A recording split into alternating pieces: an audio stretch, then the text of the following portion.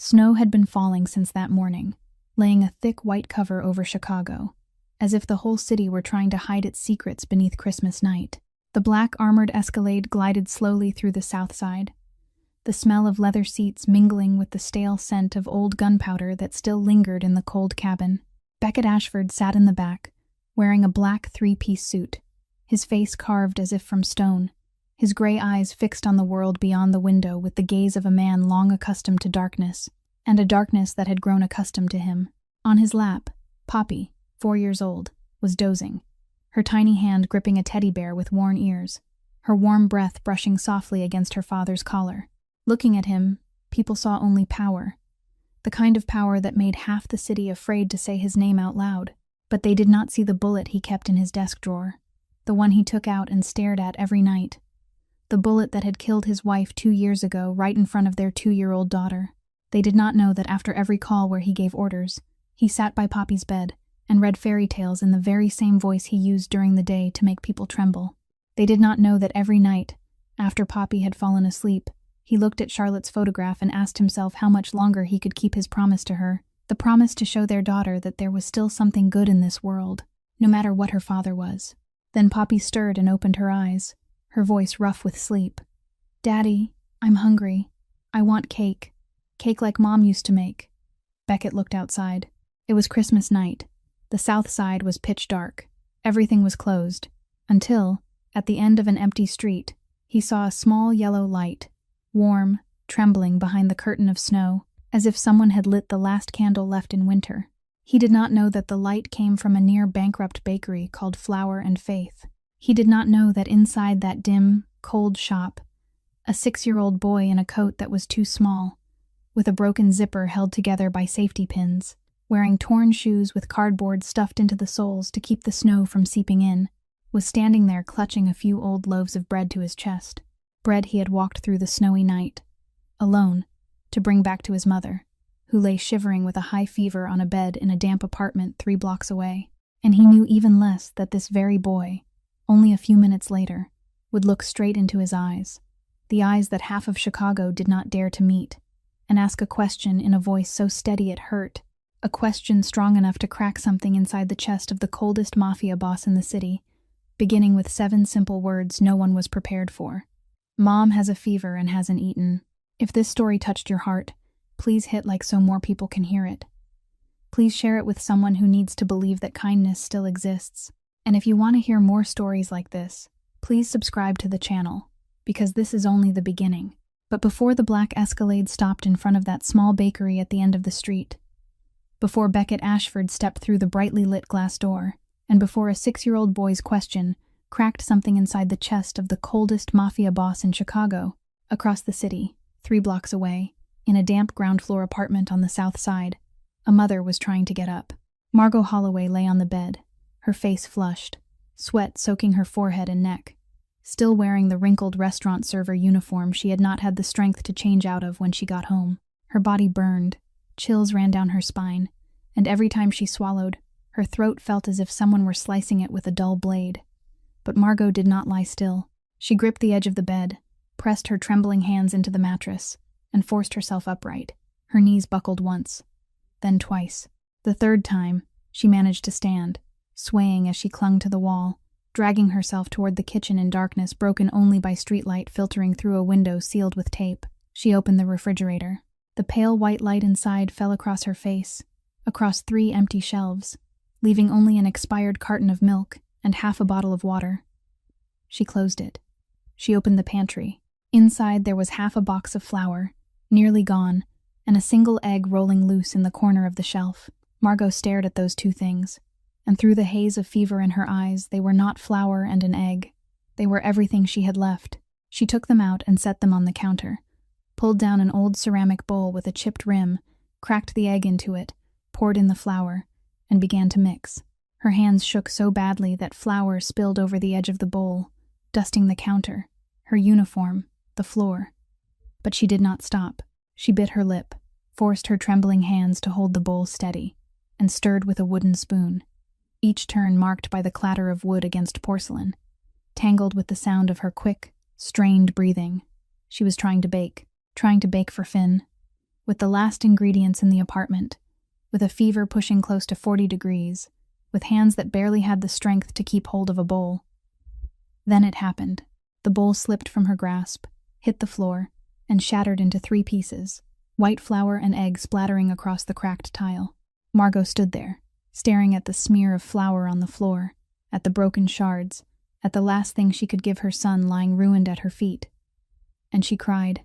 Not for the bowl, not for the flour.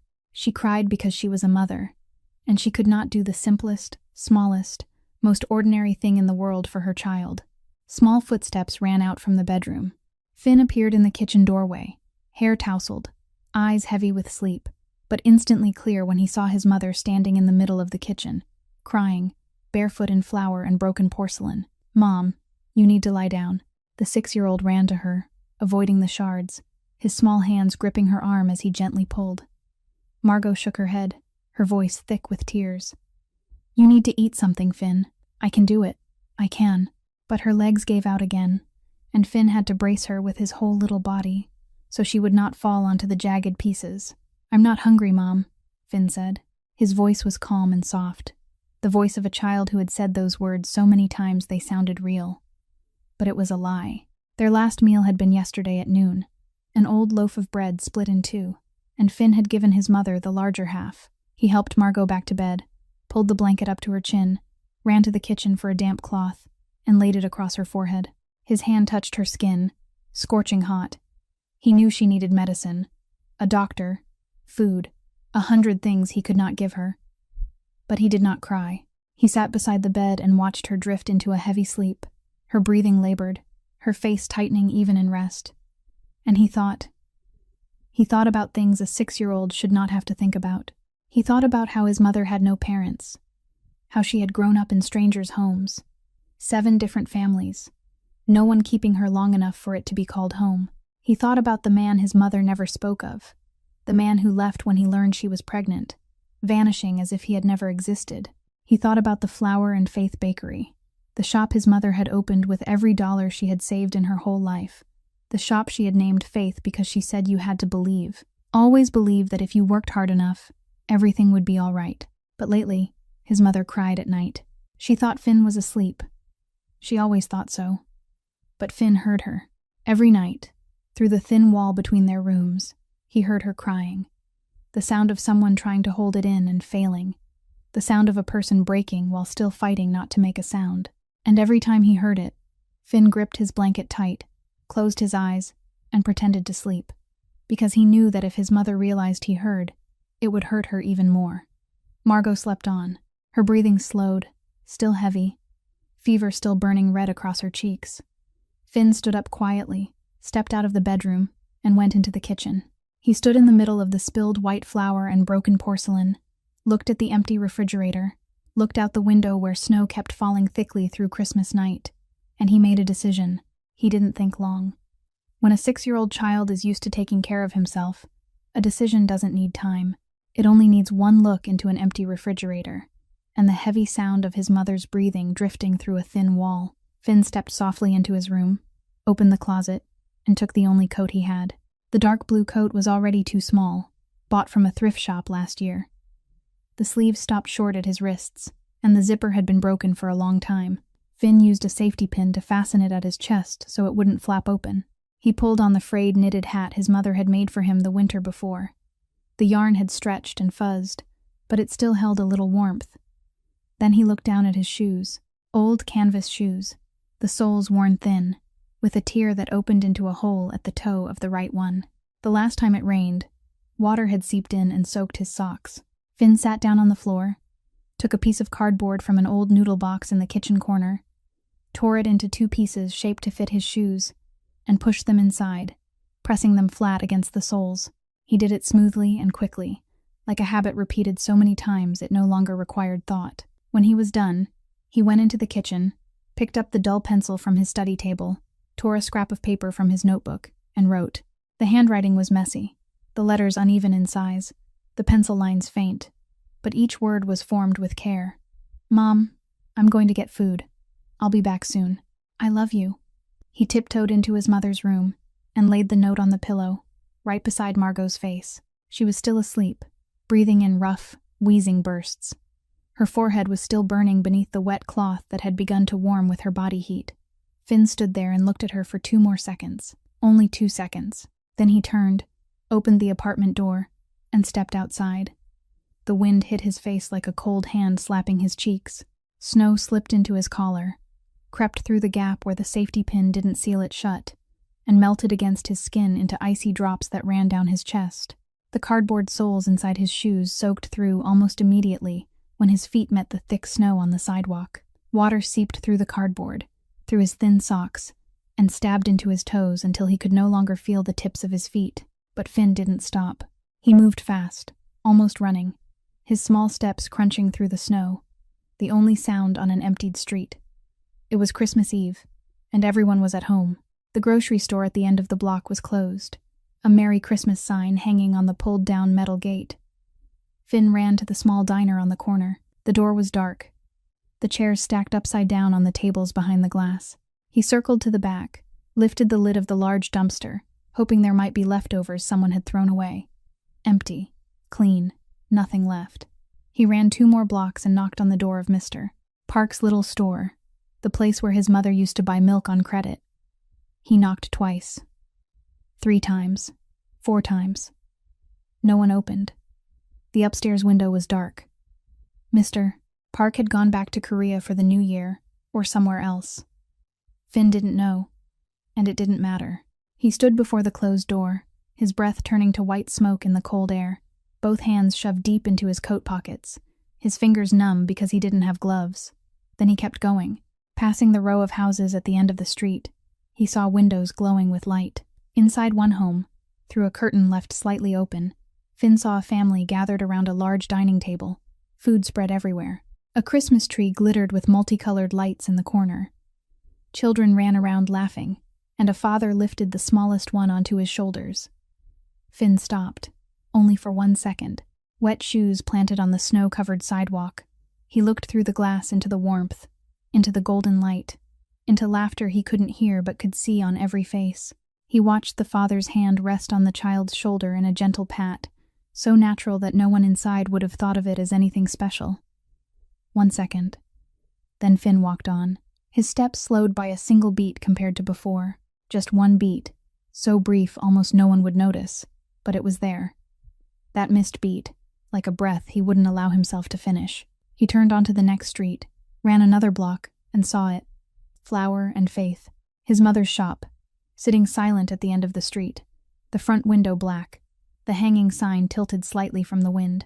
Finn pulled the spare key from his pocket, the small key his mother had given him long ago, just in case I get home late. He unlocked the door and stepped inside. It was almost as cold as outdoors, because his mother had turned off the heat last month to save on the electricity bill. But the smell was still there. Flour, vanilla, old butter lingering in the cold air, the most familiar smell in Finn's whole world, the smell that always made him think of his mother, of her hands kneading dough, of her voice humming softly while bread baked, of the days when the shop had been busy and his mother had still smiled. He went behind the counter and opened the storage shelf. 2 loaves were left from 2 days ago, their crusts already hard, and 1 waffle sat in a wax paper bag that had gone a little limp. He took everything and held it tight against his chest. Not much, but enough for his mother to eat something, enough for her to have the strength to take medicine. If he could find medicine somewhere. Finn switched on the shop light, so he could see to grab a paper bag for the bread and carry it more neatly. The pale yellow light clicked on and spilled through the front window onto the snow-covered sidewalk outside. He hugged the bag of bread to his chest, turned back toward the front door, and prepared to step out. Then he stopped. Beyond the glass, bright white headlights swept across the shop, glaring. A large black vehicle rolled to a stop directly in front of the door. A 6-year-old boy stood behind the empty bakery counter, clutching a few old loaves to his chest, and looked out. Knox was the first to step out of the car. He was always the first, everywhere, every time. Not out of politeness, but out of the survival instinct of a man who had kept Beckett Ashford alive for 15 years by walking into every room before his boss did. Knox pushed open the bakery door. The bell hanging above it rang with a light chime, clear and thin in the quiet air, and his eyes swept the interior in less than 2 seconds. The display counter was empty. The tables and chairs were neatly set aside, and there was no one there except a boy behind the counter, clutching several loaves of bread to his chest. Knox looked at the boy, scanned the shop once more, then turned and gave Beckett a single nod. Safe. Beckett carried Poppy through the glass door. The bell chimed again, and the warmth inside touched his face.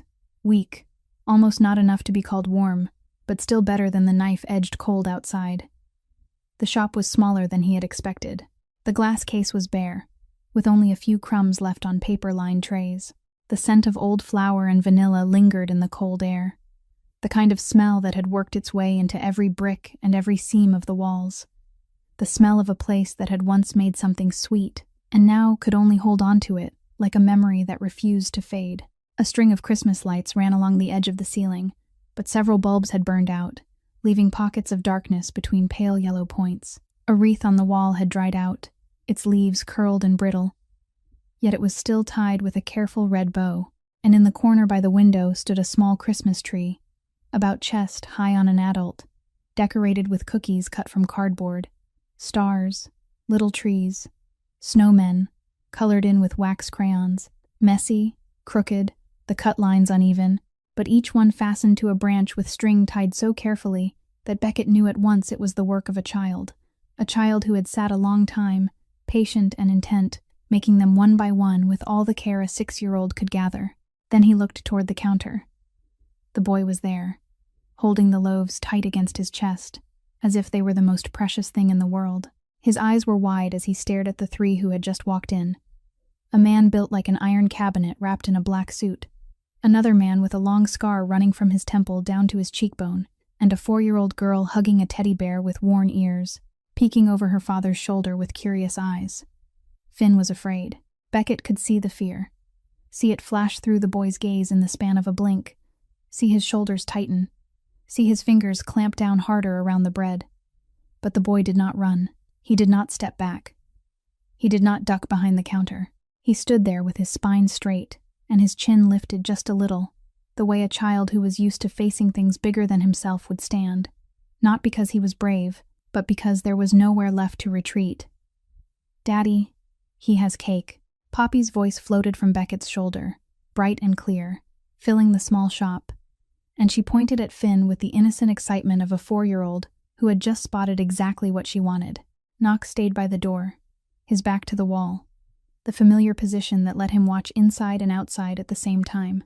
He looked at the boy, at the coat that was too small and pinned with safety pins, at the worn knit cap, at the shoes soaked with snow with cardboard soles showing at the toes, and he took a step back, light, almost unconscious, as if trying to make himself smaller, so he would not take up too much space in this tiny room, so he would not press down any harder on the child standing there with stale bread in his arms on Christmas night.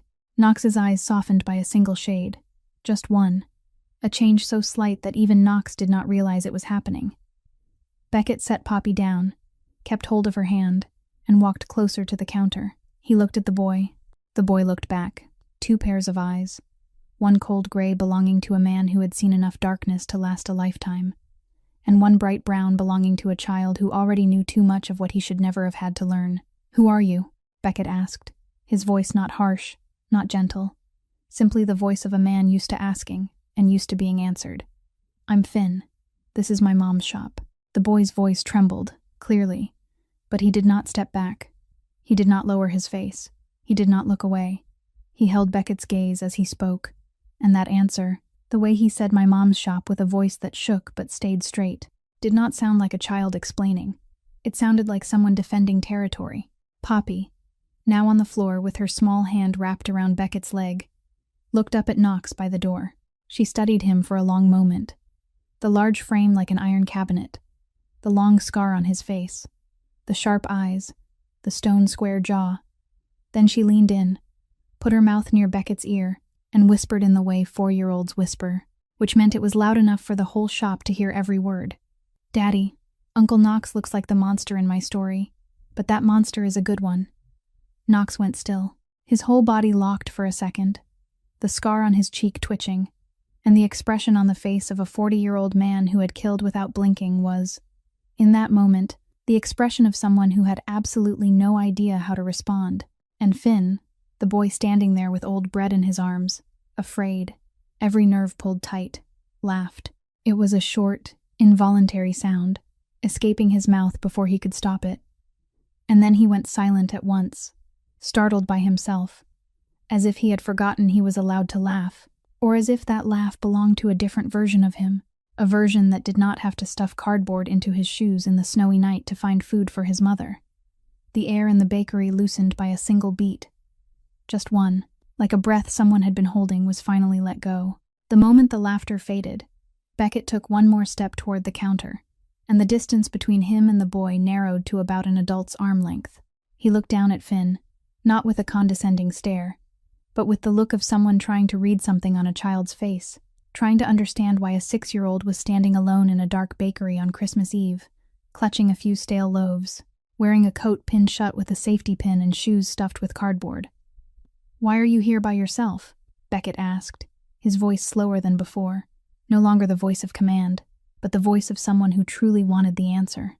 Finn looked at him, then at Knox by the door, then at Poppy clinging to her father's leg and peering up at Finn, then back at Beckett, and he told them. He didn't ramble, he didn't beg, he didn't cry. He spoke in short, clear sentences, calm in a way that was terrifying in a 6-year-old, as if he were reciting a list of things that had happened that day, a list he had memorized. His mom had a fever. His mom came home from work and fell. His mom tried to bake for him because there was no food left in the apartment. The bowl of flour dropped and shattered. And here, Finn's voice shook. For the first time since he'd stepped out of the apartment into the snowy night, his voice shook. Not from hunger, not from cold, not from fear of 3 strange men standing in front of him. It shook because he remembered. He remembered his mother's face as she stared at the white flour smeared across the kitchen floor. That moment, that second when her face stopped being his mother's face and became the face of someone who had broken, who was empty, who could not bear one more thing, not even a ceramic bowl hitting the floor. He had seen his mother break. And that was the sharpest pain of all. Sharper than hunger, sharper than cold, sharper than walking through snow with cardboard stuffed into his shoes. Then his voice steadied again, quickly, as if he yanked himself back, as if he reminded himself that he couldn't shake. He couldn't be weak.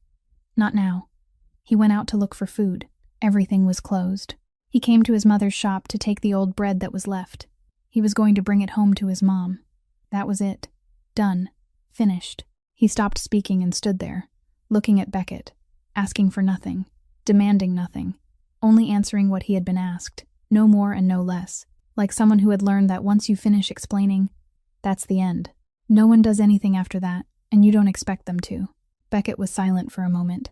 Then he asked, and this time his question came softer, almost careful, as if he feared the answer in reverse. "Where's your dad?" Finn looked at him. He didn't blink. "I don't have a dad." He said it in the most ordinary voice in the world, the kind of voice people use to say it's cold today or it's snowing. Not sad, not angry, not wounded, just a fact he had lived with long enough that it no longer hurt, or more precisely, a fact he had learned not to let hurt in front of other people.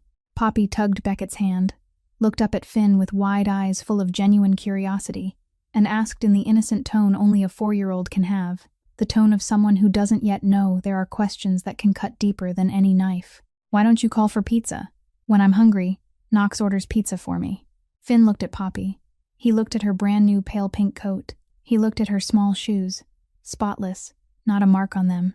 He looked at the teddy bear with the worn ears, but clearly the expensive kind he'd once seen behind glass at the mall on the only day his mother had ever taken him there. He looked at the way Poppy stood, pressed against her father's leg so naturally, so safely, so carefree, as if she had never once had to think about what dinner would be, or whether the refrigerator was empty. Finn looked at all of it. Then he went quiet. He didn't answer. Not because he was angry, not because he was jealous. He wasn't jealous of Poppy. He didn't hate her. He didn't resent the difference, so obvious it felt cruel, between 2 children standing less than 3 feet apart in a small bakery on Christmas Eve. He was simply silent, because he didn't have an answer to that question that wouldn't make Poppy sad.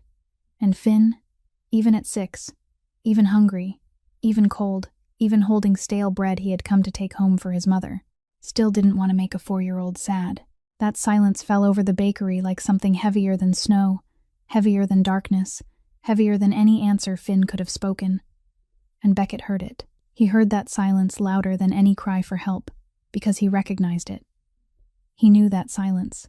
He had carried it inside him for 29 years. He looked at Finn, at that straight back, that lifted chin, those eyes that didn't cry, those hands clutching the stale loaves as if they were holding up the whole world.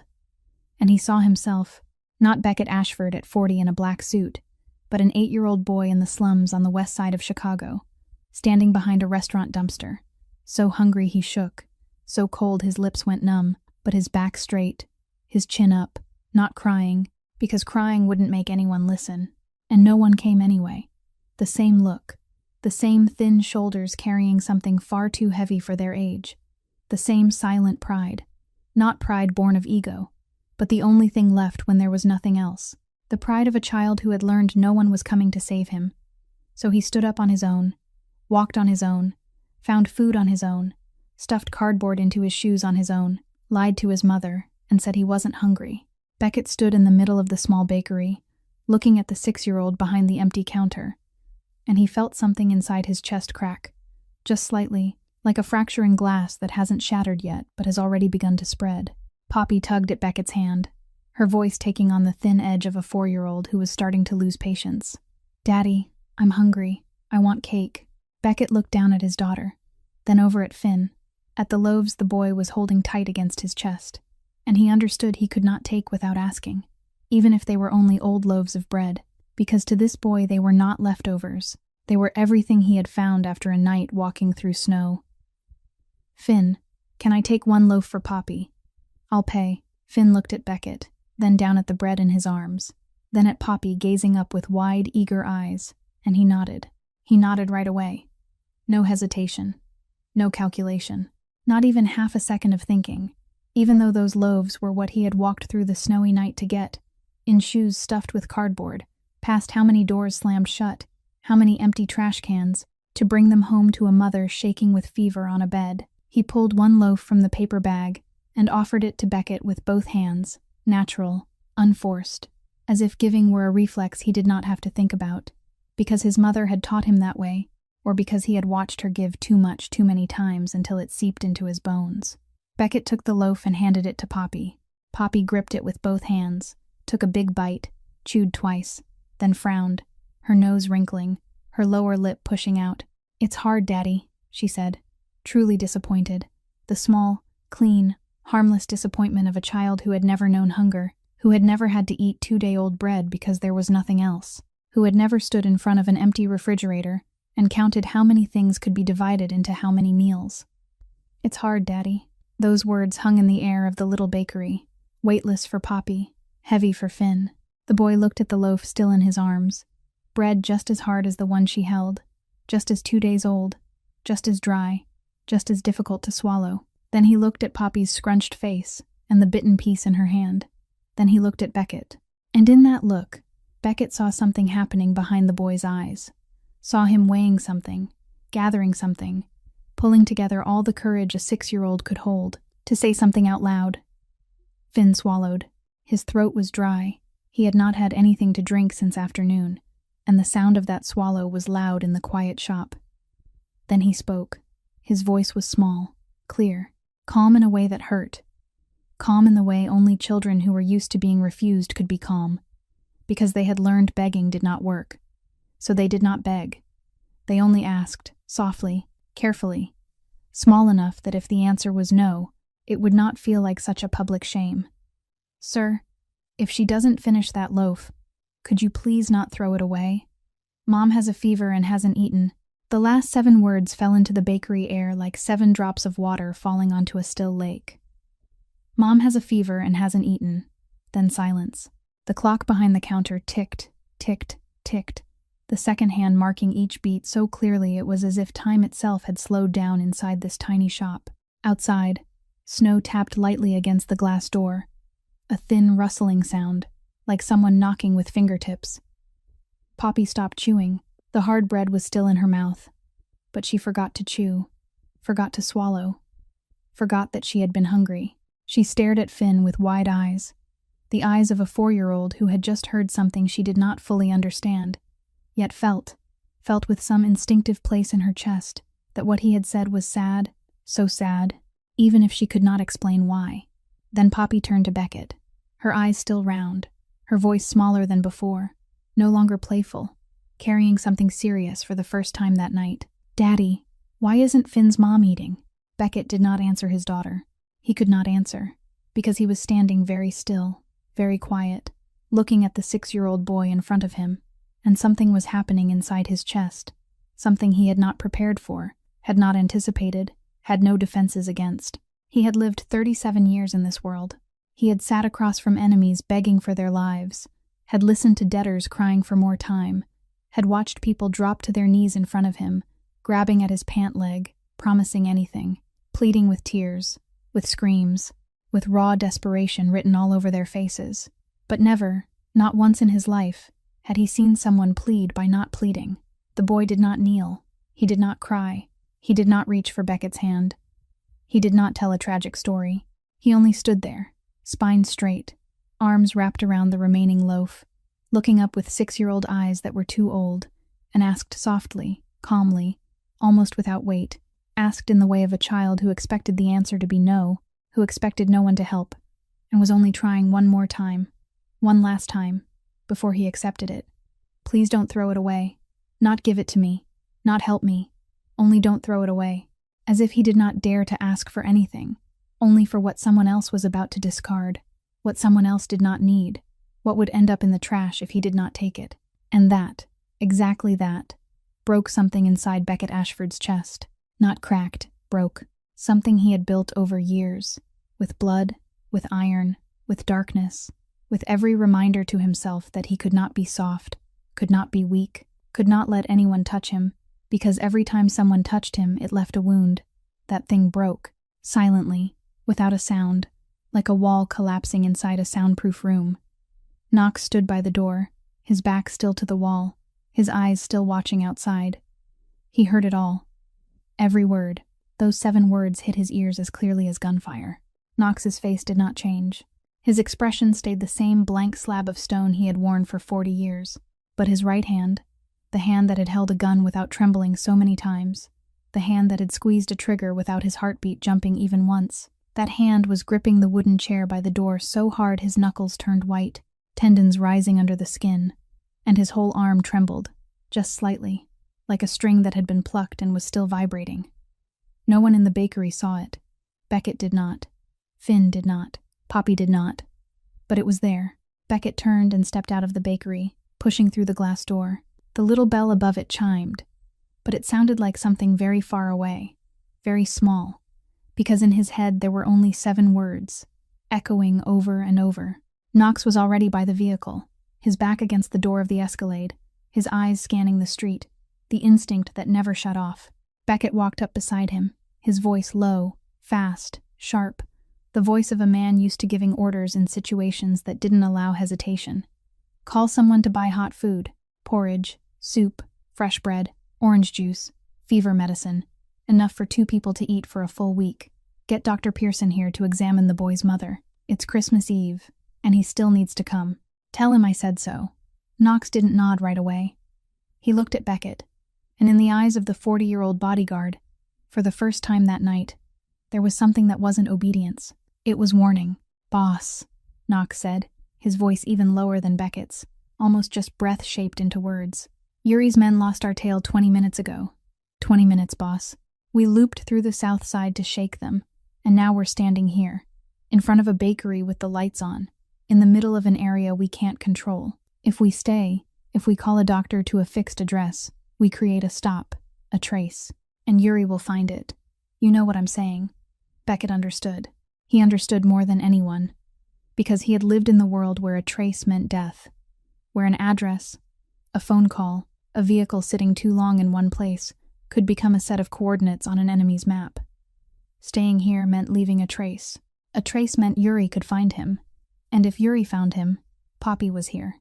His daughter was sitting inside that small bakery 2 steps away, holding a hard piece of bread, looking at a strange boy with curious eyes, and she didn't know that out there, in the darkness behind the snow, there were people willing to use her to get to him. Beckett looked through the glass into the shop. Inside, under pale yellow light, Finn was sitting at a small table beside Poppy. The boy held the remaining loaf, the last one, the one he had kept for his mother, and he broke it. He broke it slowly, carefully, into 2 uneven pieces. The larger piece he set in front of Poppy. The smaller piece he didn't eat. He wrapped it in a paper bag, tucked it into his coat pocket, put it away for his mother. A 6-year-old boy had just divided the only food he'd found after a night walking through snow, gave the bigger portion to a child he had just met, saved the smaller piece for his mother, and kept nothing for himself. Beckett watched that through glass filmed with breath and moisture. Then he turned back to Knox. "Call the doctor. Bring however many vehicles it takes to secure this." Knox opened his mouth. "Boss, I'm not asking your opinion." 4 words. His voice wasn't loud. It wasn't violent, but it was the voice that, for 15 years, no one in Beckett Ashford's empire had dared to speak over once they heard it. Knox went still, his jaw tightened, tendons standing out beneath the skin. Then he nodded. He turned, took out his phone, and began to call, his voice quick and clipped, issuing orders to the people on the other end, in a language only those inside their world could understand. Then Knox did something no one had ordered. He put the phone away, walked into the bakery, moved fast without looking at anyone, and went straight to the counter where Finn was sitting. He lifted a hand to his neck and unwound the scarf he had been wearing. A thick wool scarf in dark gray, old but warm, the kind a man keeps for 20 years because it's the only thing that truly holds heat on nights when he has to stand guard outside. A scarf that smelled of cigarettes, of leather, of Knox, and he laid it on the counter right beside Finn, without a word. Then he turned and walked out. The door closed. The bell chimed. Finn looked at the scarf. He reached out and touched it, small fingers testing the thick wool, warmer than anything he was wearing. And he looked toward the door Knox had just passed through, looked at that broad back moving toward the vehicle through the snow, and he didn't understand why the scar-faced man had left his scarf for him, but he wrapped it around his neck anyway. His eyes warmed, not from the wool, but from something he didn't yet have a name for. Beckett walked back into the bakery. He saw Finn with Knox's scarf around his neck. Saw the boy sitting there so small in a coat pinned with a safety pin, the scarf too big, covering nearly half his face.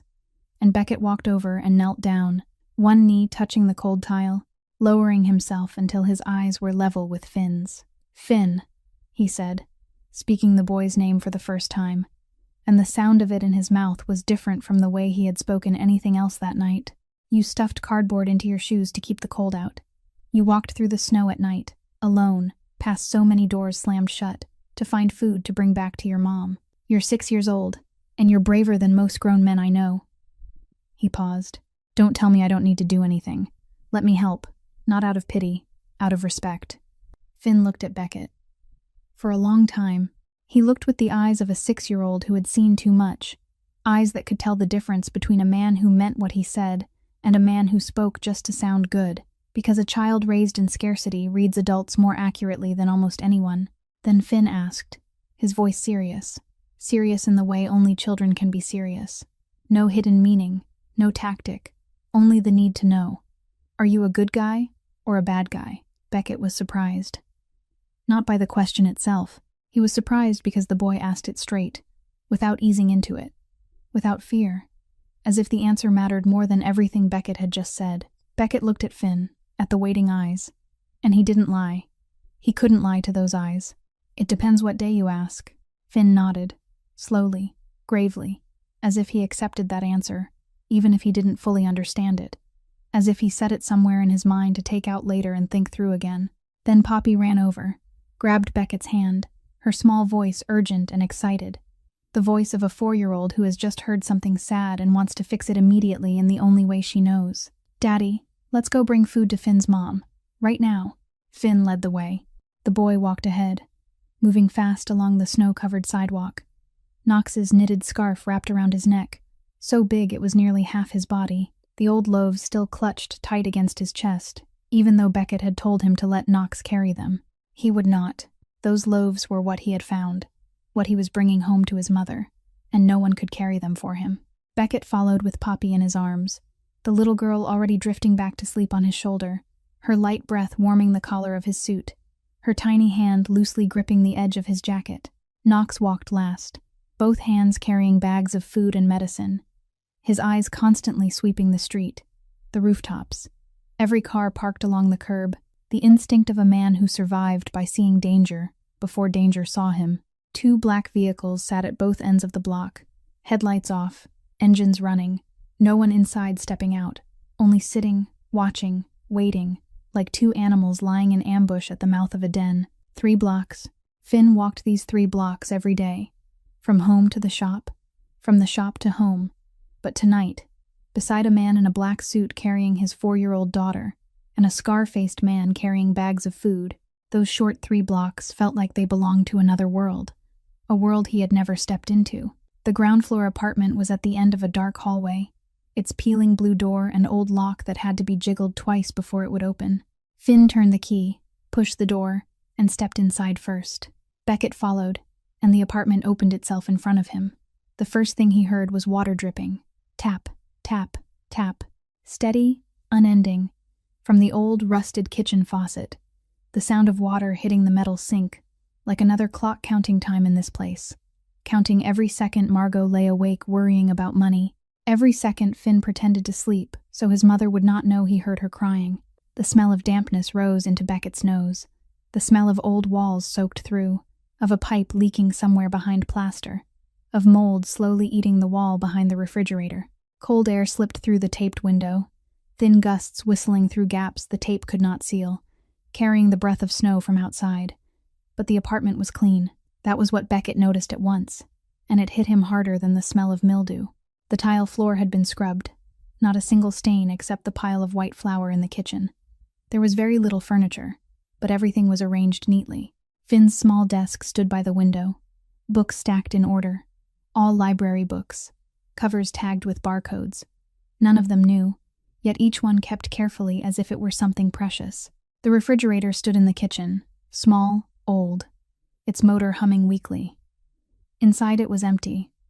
Beckett already knew that. But it was the outside of the refrigerator that made him stop. Covering the front were Finn's tests, white pages printed with questions, answers written in pencil, messy but clear, and on each one, in the upper right corner in red ink, were grades and the teacher's notes. High grades, every single one. Excellent written in red, with a smiley face, with a small star. Math, reading comprehension, spelling, all of it taped onto an empty refrigerator with nothing inside, like a quiet declaration that in this apartment, even without food, there was still pride. There was still something worth displaying. Beckett stepped into the kitchen. The white flour still lay across the cracked tile, smeared into a warped shape, mixed with dried egg yolk turned into pale yellow streaks, broken ceramic shards from the bowl scattered around it. Evidence of a mother with a 40-degree fever trying to mix batter to bake for her child with the last ingredients left in the apartment. He stared at that spill longer than he needed to. Then his eyes moved to the corner of the living room, and he saw the tree, a Christmas tree made from cardboard, waist-high to an adult, wrapped in green paper to mimic pine needles. But the tree was unfinished. One side had been fully covered, trimmed carefully, glued smooth. The other side was bare, brown cardboard exposed, pre-cut green pieces lying on the floor beside scissors and glue, as if the person making it had stopped halfway, exhausted before it could be finished. At the top, a star folded from white paper, slightly crooked, slightly wrinkled, its points uneven, but attached carefully with string. Finn had folded it. Beckett knew it was Finn because it carried the same careful crookedness as the paper cookies in the bakery. And beneath the base of that unfinished cardboard tree, on the tile floor, there was a gift. Only one, wrapped in newspaper, cut neatly, taped so carefully that every fold matched, as if whoever wrapped it had poured time and attention into it, more than Beckett had ever seen in boxes covered in tissue paper and satin bows. Beckett stood in the middle of the apartment, inside the steady drip of water, inside the damp smell, and looked. He looked at the unfinished tree. He looked at the flour on the kitchen floor. He looked at the newspaper-wrapped gift. He looked at the tests on the empty refrigerator, and he felt something he had not felt in a long time, something like an invisible hand closing around his chest and squeezing slowly, not with a sharp pain but a dull ache, the kind of ache that comes when you suddenly see a different life and realize it is closer to your own than you ever expected. Knox stood by the door with the bags in his hands, watching his boss. 15 years at Beckett Ashford's side, through nights of blood, through vendettas, through the times he had watched Beckett give orders with an unchanged heartbeat. Knox had thought he had seen every version of the man anyone could see. But tonight, standing in this damp apartment, watching Beckett stand still and stare at an unfinished cardboard tree, Knox saw something he had never seen before. His boss looked fragile. Fragile in the way of someone who has just been touched in a place they believed they had sealed shut long ago. Beckett bent down, looked into the shadow under the kitchen cabinet, and saw them. A stack of bills, shoved out of sight, piled on top of each other. Blazing red, past due rent, past due electric, a notice of unpaid shop rent. All of it red, all of it stamped with the word overdue in capital letters. All of it shoved under the cabinet and hidden from view. And Beckett knew exactly who had put them there and why. Margot had hidden them so Finn would not see. So the 6-year-old would not have to carry one more heavy thing on his shoulders. Beckett did not pick them up. He did not have to. He understood. Finn ran into the bedroom ahead of everyone, small feet quick and urgent on the tile floor, his voice ringing through the dark room with all the joy a 6-year-old could hold after a long night walking through snow. Mom, Mom, Mom. I brought food home. Margot lay on the bed. The wet cloth had slipped from her forehead and fallen onto the pillow, sweat soaking her hair and neck, her face flushed red with fever. And when Finn's voice reached her, her eyes opened, dull, taking a second to recognize her son, then taking another second to see the figures behind him. Adult figures, strangers, in her home. Margot lunged up, not simply sat up, lunged up, in the way only a mother can lunge up when she sees a stranger near her child, with a strength that doesn't come from muscle or health but from the deepest place in instinct, the place a 40-degree fever can't touch. She yanked Finn behind her with one hand, and with the other she reached to the right side of the bed where the fruit paring knife lay beneath the extra pillow, the habit of a woman living alone with a small child on the south side, where gunshots at night are as ordinary as dogs barking. She gripped the knife handle hard, rose off the bed, bare feet on the cold floor, swayed for a beat and then straightened, standing on pure will because her body didn't have enough strength left to stand. Who are you? Why are you in my house? Finn, are you hurt? Her voice was weak from fever but hard, sharp, like thin steel. The kind that breaks easily but cuts before it breaks. The hand holding the knife trembled, visibly, but Beckett could see she was shaking from fever, not fear. He stood in the bedroom doorway, not advancing, not retreating, not raising his hands, not making a single movement that might make the woman with the knife feel threatened. He looked at her, Margot Holloway, fever close to 40 degrees, rumpled restaurant uniform, hair damp with sweat stuck to her forehead and neck, face pale except for 2 cheekbones burning red, and yet she stood upright, knife in hand, sun hidden behind her, eyes locked on him without blinking. Beckett Ashford had faced guns hundreds of times. He had sat in rooms with people ready to kill him. He had stared into the eyes of the most dangerous people in Chicago without his heartbeat gaining even a single beat. But standing in this small, damp bedroom, looking at a feverish woman pointing a fruit knife at him, he was surprised. Not by the knife. That knife couldn't even scratch him if he didn't want it to. He was surprised by her eyes. Those eyes weren't afraid, not panicked, not pleading, only ready. Ready to do whatever had to be done to protect the child behind her, even if whatever had to be done meant driving a fruit knife into the chest of a man twice her size standing in her doorway. Mom, it's okay. Finn tried to slip out from behind Margot's back, but she shoved him behind her again, her hand gripping his shoulder, her eyes never leaving Beckett. Mom, he helped me. He bought food for you. He's good, Mom. Finn spoke fast, urgent, half pleading and half explaining, and he told her, as briefly as he could, that he went to the shop to get bread, met Mr. Beckett and little Poppy, and the man bought food, bought medicine, brought it here for her. Margot listened. She heard every word, but her eyes didn't go to Finn. Her eyes stayed on Beckett, reading him, measuring him, with the instinct of a woman who has lived alone long enough to know that not everyone who speaks kindly is kind. The knife stayed in her hand. Then Poppy appeared. She had woken up on Knox's shoulder in the living room, and she trotted into the bedroom on small, unsteady steps, stopped beside Beckett's leg, looked up at Margot with wide eyes, and she was scared. Scared because Margot held a knife, because Margot's face looked frightening in the darkness, because she was 4 years old and she understood nothing except that this woman was angry and holding something sharp. Poppy stepped back half a step, clutched Beckett's pant leg, and her eyes filled. Margot looked down, looked at the 4-year-old who was afraid of her, looked at those wet eyes, the tiny hand gripping a father's pant leg, and she lowered the knife. Not because she trusted Beckett. Not because Finn had explained. She lowered the knife because she was a mother, and she would never, make a child afraid. Even if the child wasn't hers. The knife went down on the bedside table, metal touching wood with a soft sound that still rang clear in the quiet room. Margot looked at Beckett, her voice still hard, still sharp, even as her hands now shook more because the fever was dragging her down.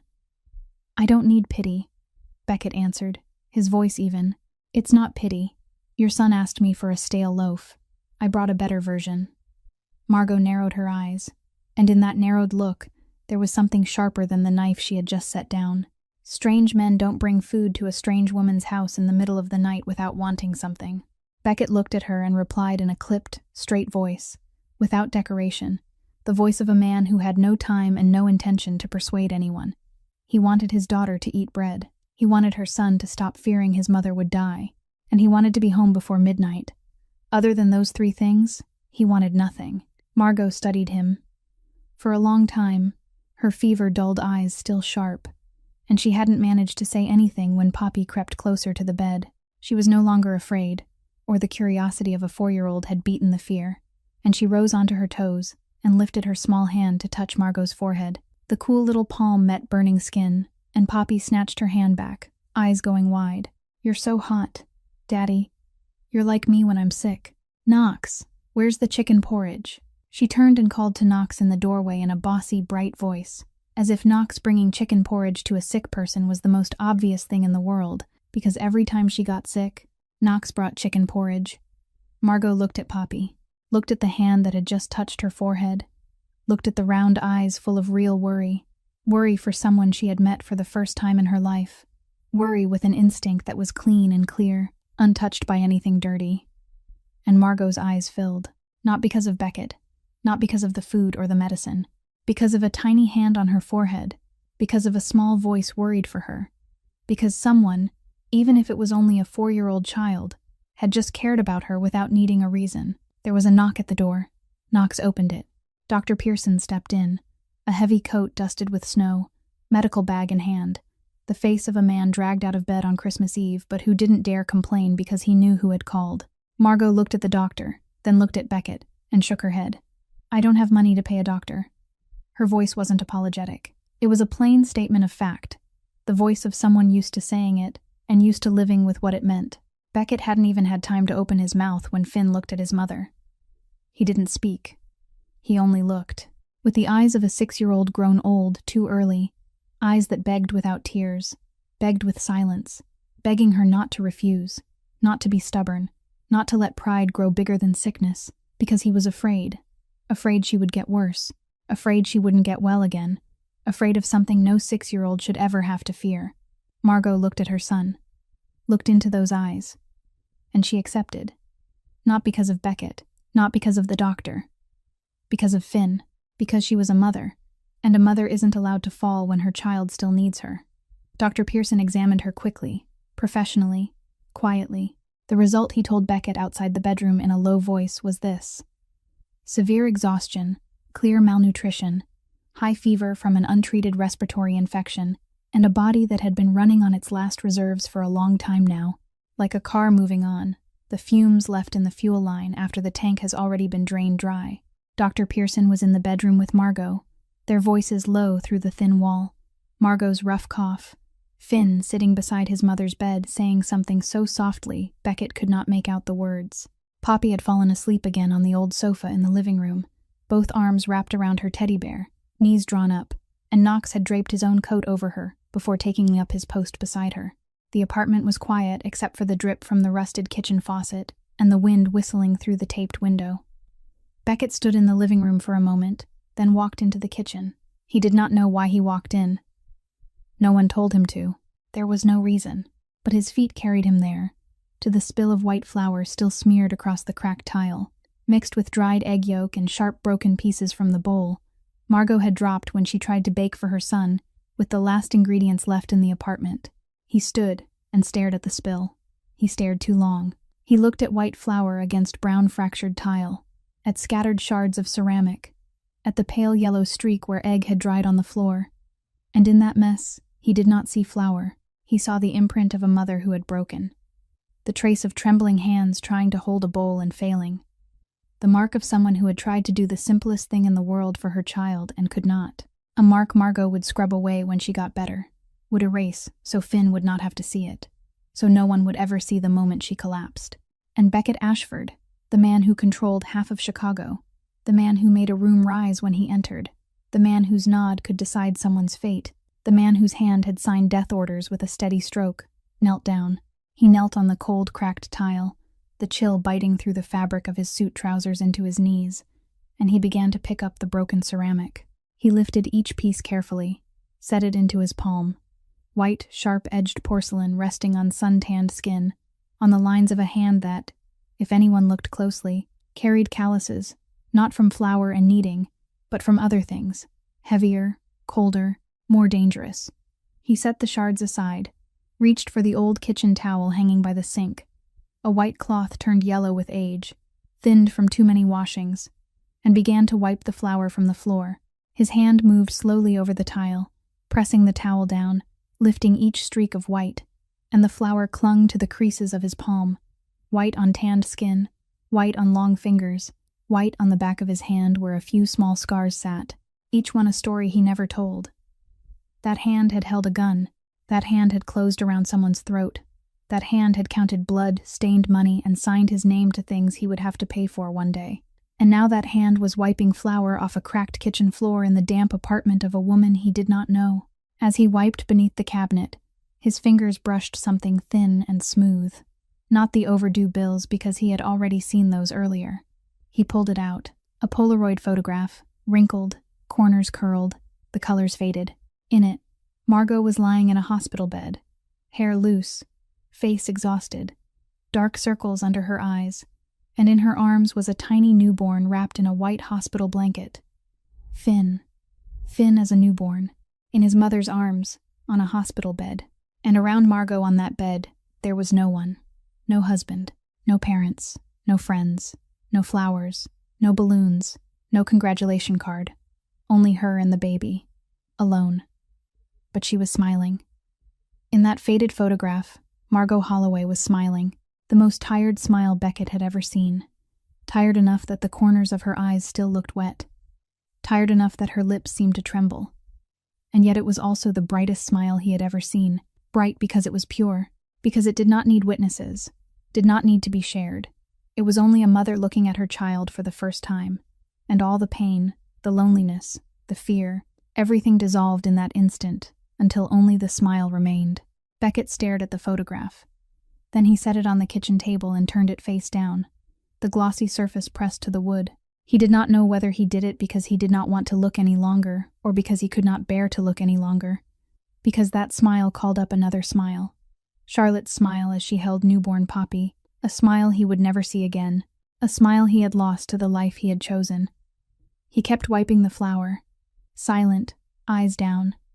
Then he heard soft footsteps. Finn stood in the kitchen doorway, watching Beckett kneeling on the floor, wiping up flour, and the boy said nothing. He did not ask what Beckett was doing.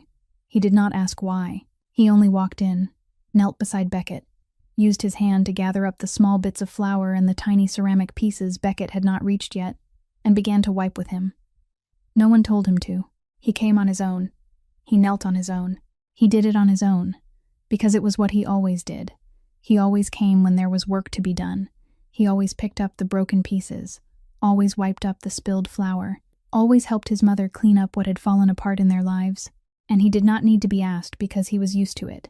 2 people knelt on that kitchen floor, a 37-year-old boss and a 6-year-old boy, a large hand and a small hand wiping white flour off cracked tile. No one spoke. There was no sound but the towel sliding over the floor, the drip of the rusted faucet, and their breathing close enough to be heard. Silence. But not an empty silence. A full silence.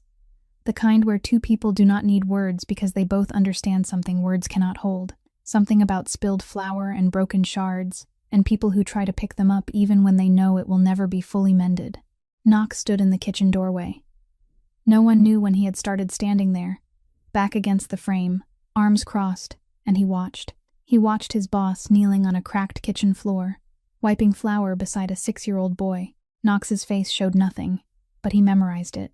He filed the scene away somewhere deep, where he kept the important things, because he knew he was witnessing something he had never seen in 15 years at Beckett Ashford's side, and likely would never see again.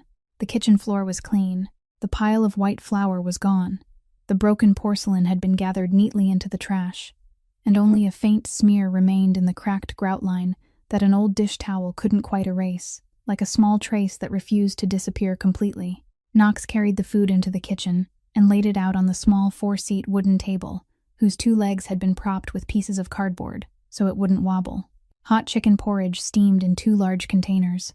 There was vegetable soup, fresh bread still warm in a paper bag, orange juice, milk, several packaged meals enough for an entire week, and fever reducers, antibiotics, vitamins, everything arranged so tightly on that small table that there was no room left for anything else.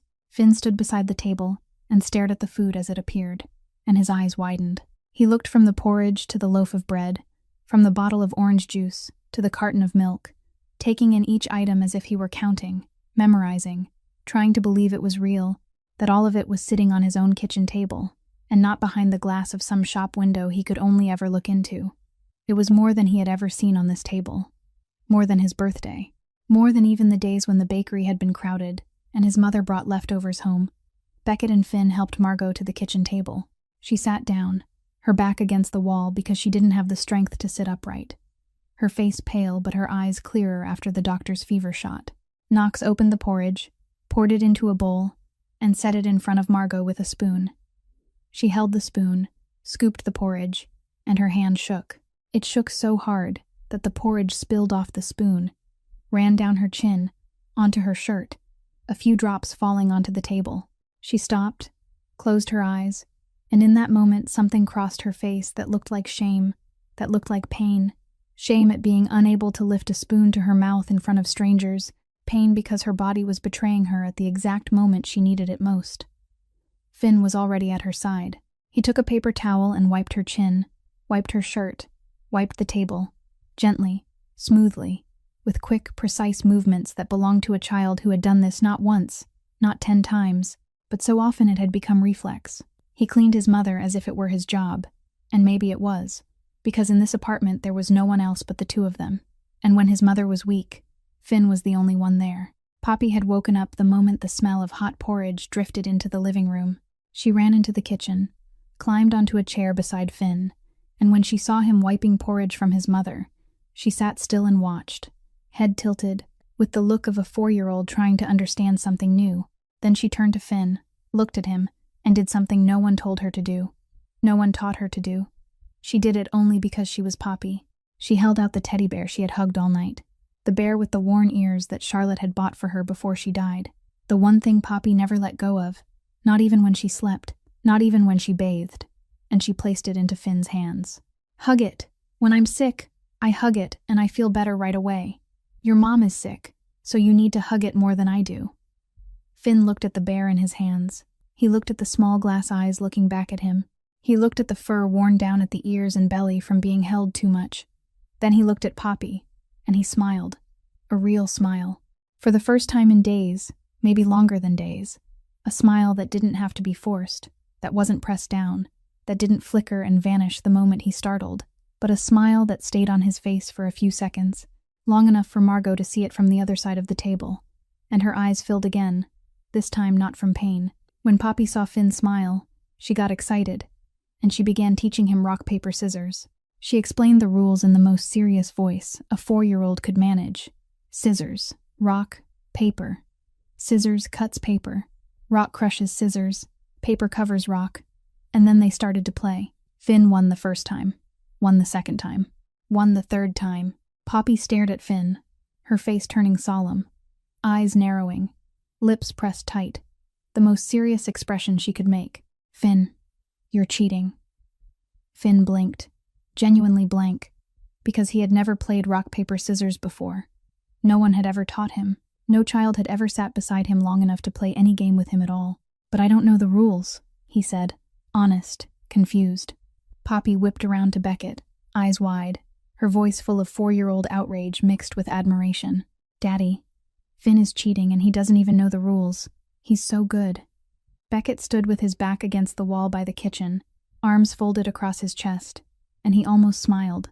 Almost. The corner of his mouth twitched once, then he held it down. Because Beckett Ashford didn't smile in front of strangers. It was a rule he had kept for a long time, but tonight that rule was thinning out minute by minute.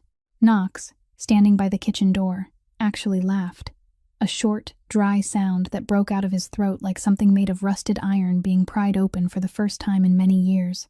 That laugh lasted less than 1 second, but it was there, real, and Finn heard it, Poppy heard it, Margot heard it too, and all 4 of them in the kitchen paused for a beat, because Knox's laugh sounded so strange that everyone recognized it as a rare sound. Margot sat at the table, arms around a bowl of porridge now half empty, and she looked at what was in front of her. 2 children sitting on the old kitchen floor, Poppy trying to explain the rules again in patient 4-year-old language, Finn listening as seriously as if he were hearing the most important lecture of his life, the teddy bear lying between them like a referee, and 2 worlds so far apart, the world of a penthouse and the world of a damp apartment, sitting side by side on cracked tile, playing a child's game, as if the distance between them had never existed. Her eyes warmed. Then she looked at Beckett. He was leaning against the wall, arms folded, watching the children, and she realized he wasn't watching them with the eyes of a benefactor, not with a satisfied look, not with pride at having done something good. He was watching them with the eyes of someone remembering someone, remembering something that was gone and couldn't be brought back, remembering a laugh that had died out. She didn't know who he was remembering, but she recognized that kind of remembering, because she carried her own version of it, remembering the days when the shop had been full, remembering when Finn laughed more easily, remembering when she still believed that if you tried hard enough, everything would be fine. "How long have you had the shop open?" Beckett asked, his eyes still on the children, his voice light, almost casual. But Margot knew it wasn't casual because this man didn't do casual. She answered, short and sharp, not telling her life story, only answering the question. She had named the shop Faith because she had always believed that if she worked hard enough, if she woke early enough, if she did enough, everything would be okay. Then a big chain opened right next door. The customers thinned out. She worked 3 jobs at once to keep the shop alive, waiting tables at night, cleaning office buildings early in the morning, and keeping the bakery open during the day for fewer and fewer customers. She stopped, looked down at her bowl of porridge. Then she spoke, and this time she wasn't speaking to Beckett. She was speaking to herself, or to Finn on the floor who she thought wasn't listening. "I'm not afraid of being poor. I've been poor my whole life. I know poor. I can live with poor. I'm afraid Finn will grow up and think this world has no place for people like us." The children were asleep. Poppy was curled up on the living room sofa, both arms wrapped around the teddy bear Finn had given back after she insisted he hold it, and he insisted on returning it, because it's your bear. And in the end, they had agreed that Poppy would hold the bear but lie beside Finn so they could both hold it, and now she slept deeply, her face peaceful, her breathing steady, in a damp South Side apartment that felt no different to her than her Gold Coast penthouse, because at 4 years old, anywhere with her father and her teddy bear was enough. Finn lay beside her, eyes closed, but his right hand was still tucked inside his coat pocket, and in that pocket his small fist still gripped a packet of old bread he had saved for his mother back at the bakery. His mother had eaten porridge. She had taken medicine. She was full, but Finn's hand still held that piece of bread, clenched tight even in sleep, because a starving child's habits do not vanish after one dinner. They sit deeper than awareness, deeper than logic, in the place where the body remembers even when the mind tries to forget, the place where the stomach is full but the hand still holds food because it does not know if there will be another meal. The small kitchen was dark. The lights were off. Only the blue flame of the gas burner remained beneath a small pot, the flame flickering gently, throwing wavering shadows across the brick wall, the low ceiling, and 2 faces, one seated at the table and one standing by the stove. The air in that kitchen had changed completely from half an hour earlier, when Poppy and Finn's laughter had filled the room, when Knox had laughed and Beckett had almost laughed, when Margot had watched the children play rock, paper, scissors with warm eyes. Now the children were asleep. The laughter was gone, And what remained in the dark little kitchen with only the gas flame was something heavier, something deeper, something both Beckett and Margot knew would come, because it always came when children slept and adults stayed awake. Margot sat at the table, both hands wrapped around a cup of porridge that was still slightly warm, her fingertips tightening around the rim as if trying to hold on to the last of its heat. Beckett stood by the stove, his back lightly against the edge of the counter, and he was doing something that, if anyone in his empire saw it, from his most loyal men to his most terrifying enemies, they would not believe their eyes. He was reheating porridge, with his own hands. He poured the remaining chicken porridge into an old small pot on the stove, lit the flame, and stirred slowly with a wooden spoon. The hands of a Mafia boss stirred porridge in a pot, the blue flame lighting his face, the tendons on the back of his hand, the trace of flour still caught between his fingers because he had forgotten to wash it off, and the image of that hand stirring porridge in the dark kitchen of a woman he did not know looked both wrong and, strangely, exactly where it belonged. "You know how to cook?" Margot asked, her voice still hoarse with fever but less sharp than it had been when she held a knife, as if hot porridge and fever medicine, and the sight of her son laughing with Poppy, had worn down some of her defenses. Beckett kept stirring without turning around. "I know how to heat things up. That's survival, not cooking." Silence. The porridge bubbled softly in the pot. The gas flame hissed. The faucet kept dripping. Then Margot asked, and she asked it not out of curiosity, but because she needed to know, needed to understand, needed some reason that could explain why tonight had happened, why this man was here, why he had bought food, called a doctor, knelt down to wipe flour off her kitchen floor. "Why are you doing all of this?" Beckett stirred, his hand slowed by one beat. Then he spoke, his voice low and steady, speaking to the pot more than to Margot, or to the flame, or to himself, speaking to the 8-year-old boy still sitting somewhere inside his chest after 29 years. His mother was an addict, his father was in prison. He was 8, on the west side of Chicago, alone. The spoon moved slower. He lived on the streets, ate out of restaurant dumpsters, slept under bridges, under porches, in whatever alley was darkest, because the darkest alley had the fewest people, and the fewest people meant the safest. The spoon nearly stopped. Then one winter night, colder than tonight, cold enough that he could not feel his fingers or his toes, he lay in an alley behind a laundromat, curled up on concrete, and he thought he was going to die there.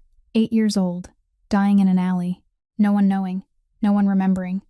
The spoon moved again, slow and even. Mrs. Whitfield found him, an old woman who owned the laundromat, who went out to take the trash behind the shop at midnight, who saw an 8-year-old boy folded in the alley, lips blue, eyes shut, barely breathing.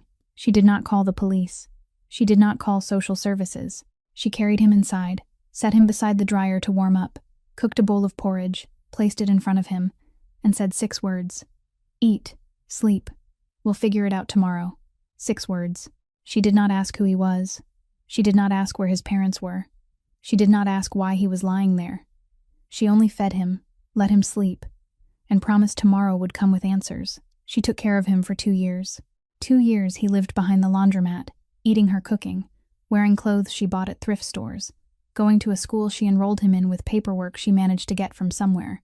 And before he left, before life pushed him onto another road, a road he did not tell Margot about and Margot had not asked about yet, Mrs. Whitfield looked at him and said, "One day you'll meet someone hungry, like you were hungry, cold like you were cold, alone like you were alone. Remember this bowl of porridge. Remember that someone chose not to look away." Beckett poured the porridge into a bowl and set it in front of Margot, beside the older cup that had gone cold. His hand trembled. Just a little.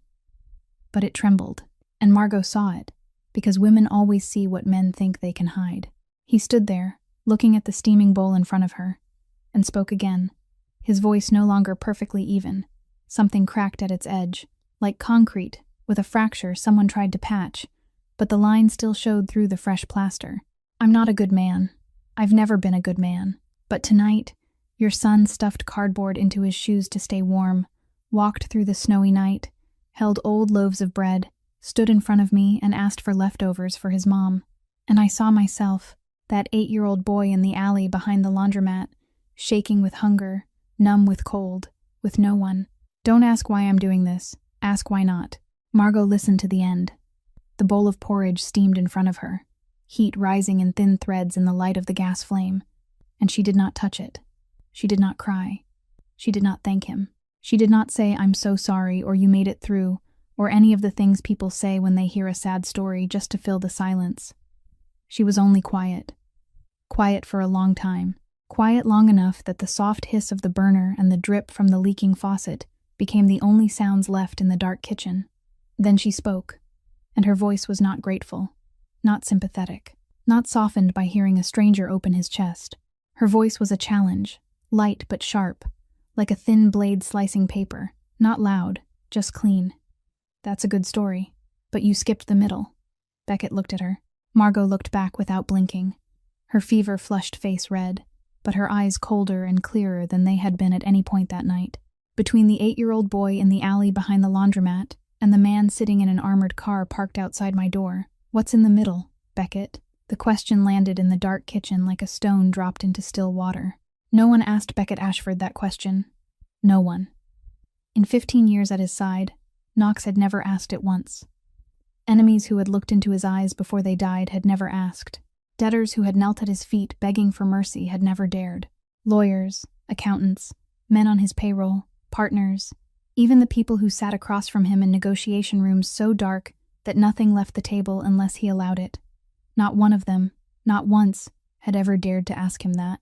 But the woman in front of him, burning with a fever near 40, so thin her shoulder bones rose under the wrinkled fabric of her uniform, just pulled back from collapse by porridge and fever medicine he had paid for, sat in her own dark kitchen, looked straight into the eyes of the most powerful mafia boss in Chicago, and asked what no one else dared to ask. "You don't want to know," Beckett said, his voice low. Not a threat, a warning, a real warning, like a man standing before a sealed door telling the one who wanted to open it that there was nothing good behind it. Margot did not retreat. She set her cup down on the table, gentle but final, and she met his gaze with the same look Beckett had seen once already that night, when she held a fruit knife in front of him, with her son behind her. The same eyes, the same readiness. "If you sit near my child, I must know." 9 words. And Beckett understood this was not curiosity, not a game of defiance. This was a mother who, even with fever, even weak, even sitting in a dark kitchen accepting help from a stranger, did not forget, not for a second, that her son was sleeping in the next room, and anyone who sat near that boy had to answer this question. She was not a victim. She had never been a victim. She was Margot Holloway, a woman who had stood on her own her whole life. And even tonight, even while she accepted help, even while she was too weak to lift a spoon of porridge to her mouth, she still held tight to the one thing she would never hand over to anyone, the right to protect her child. Beckett was silent for a moment. The gas flame flickered and his shadow trembled on the wall. Then he spoke. Not much, not detailed, but enough. Enough for Margot to understand. "I'm dangerous." He said the 2 words flatly, without ornament, without drama, like a fact that had lived with him too long to need emphasis. "Tonight I tried to do what Charlotte wanted." Margot watched him. Charlotte, my wife, Poppy's mother. Beckett's hand gripped the edge of the table, hard, his knuckles paled. "She's gone. Because of me. Because of the life I chose. Because when you live in the world I live in, the people you love most become the most dangerous. Not because they're dangerous, but because they're the only weakness your enemies know you have." He paused, his hand still locked on the table. "Charlotte wanted me to be different. She wanted Poppy to grow up believing her father could be good. I promised her. I promised at her grave. And tonight, when Poppy was hungry, when I stopped my car in front of your small bakery, when your son stood in front of me and asked for leftovers for his mother, I thought this was the night I kept that promise. Or at least tried to." Silence again. Long. The blue flame under the pot was gone now, but warmth still lingered. Then Margot spoke, and her voice had shifted. Not softened, not less sharp. But it carried something else now. Something like recognition between 2 people who had been broken by life, and were still standing. She told him, briefly, without self-pity, without a trembling voice. Not to ask for sympathy. 7 foster families. 7 times packing her things into black trash bags and moving into strangers' houses. 7 times hearing, "We can't keep you anymore." Then the 8th home, Ruth. the foster mother who taught her to bake, who taught her that flour and sugar and butter could become something beautiful if your hands were patient enough. The first and only woman who made her believe she belonged somewhere. Ruth died when Margot was 14. Cancer. Fast. And Margot packed her things into black trash bags again. The last time. Then she grew up. Started working at 16. Rented a room on her own. Lived on her own. And when she was 21, she got pregnant. And that man vanished. Quick and clean as if he had never existed.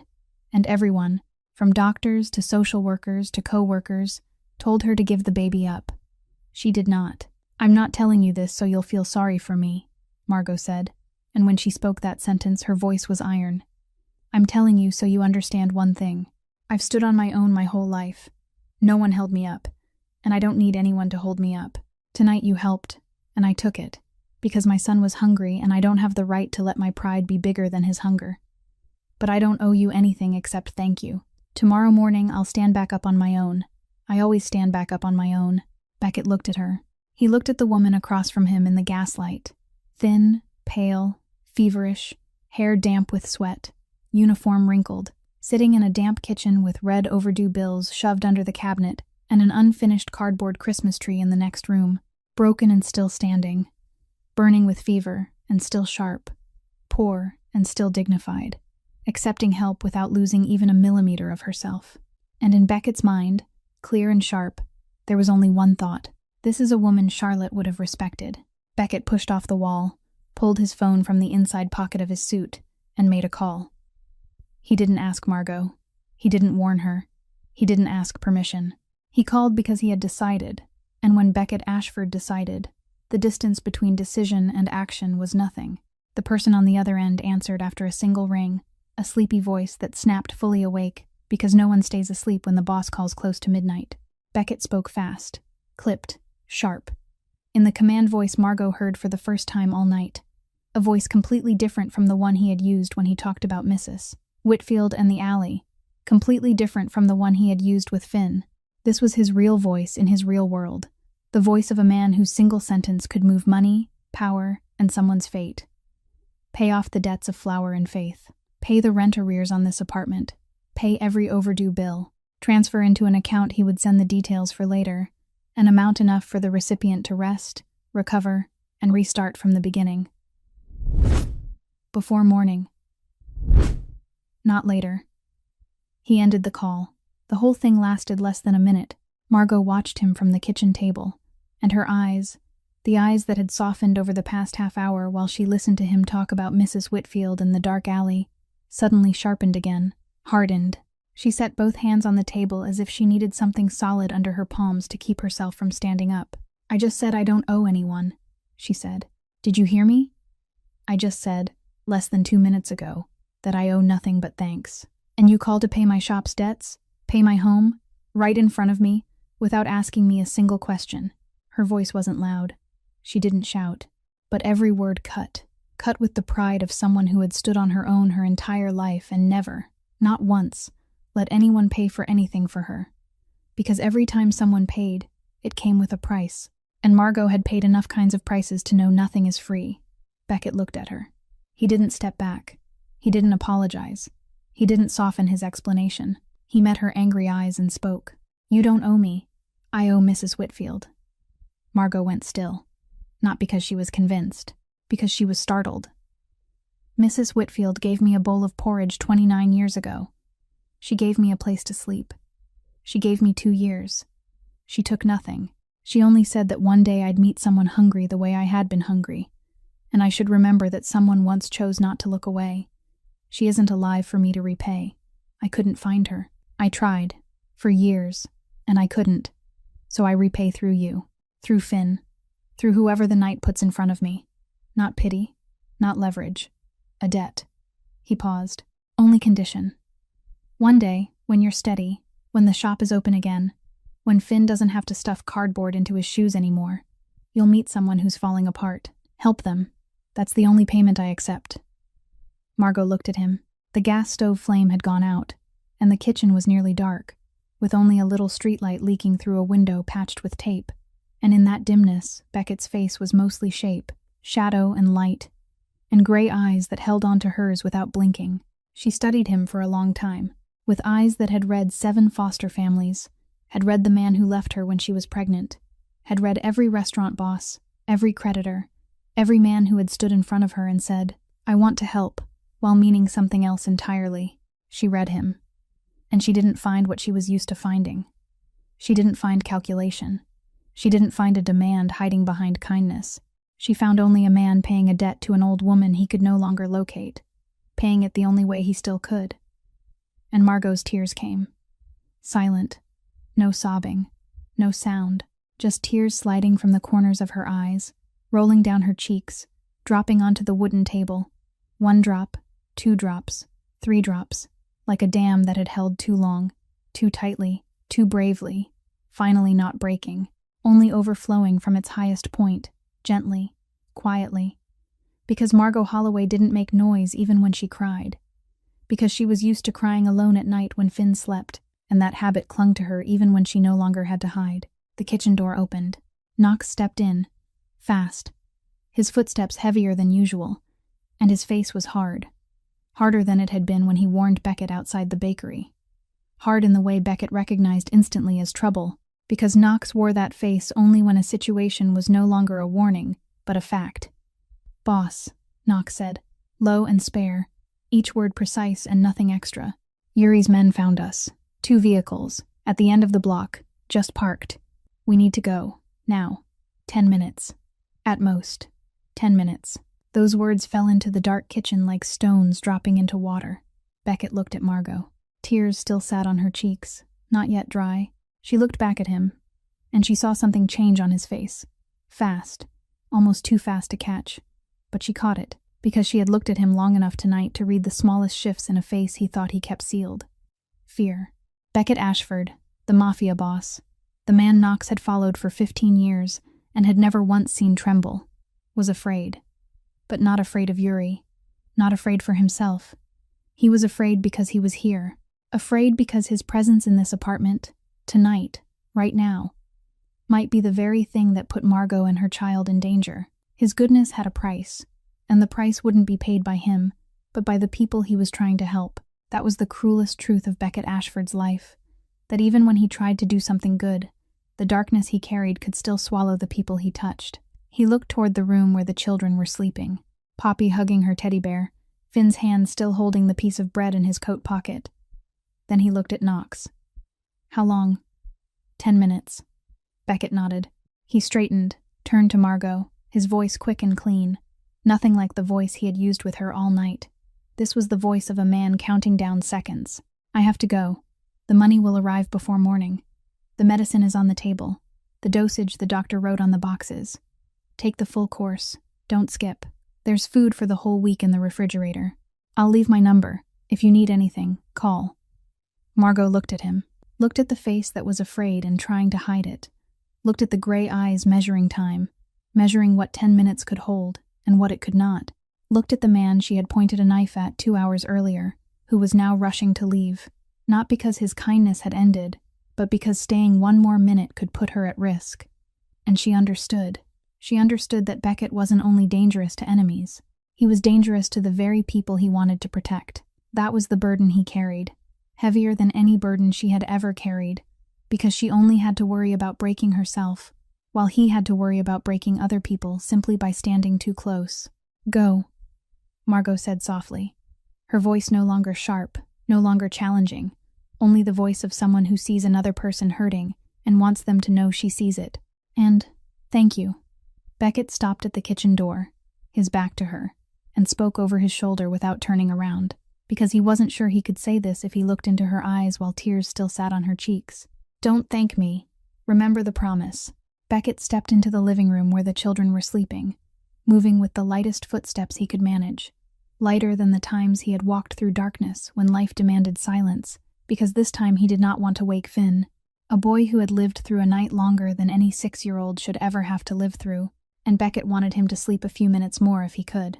Poppy lay beside Finn on the old sofa, the teddy bear wedged between them, her head resting on Finn's arm, and Finn still lay with his right hand in his coat pocket, still holding the packet of old bread for his mother even in sleep.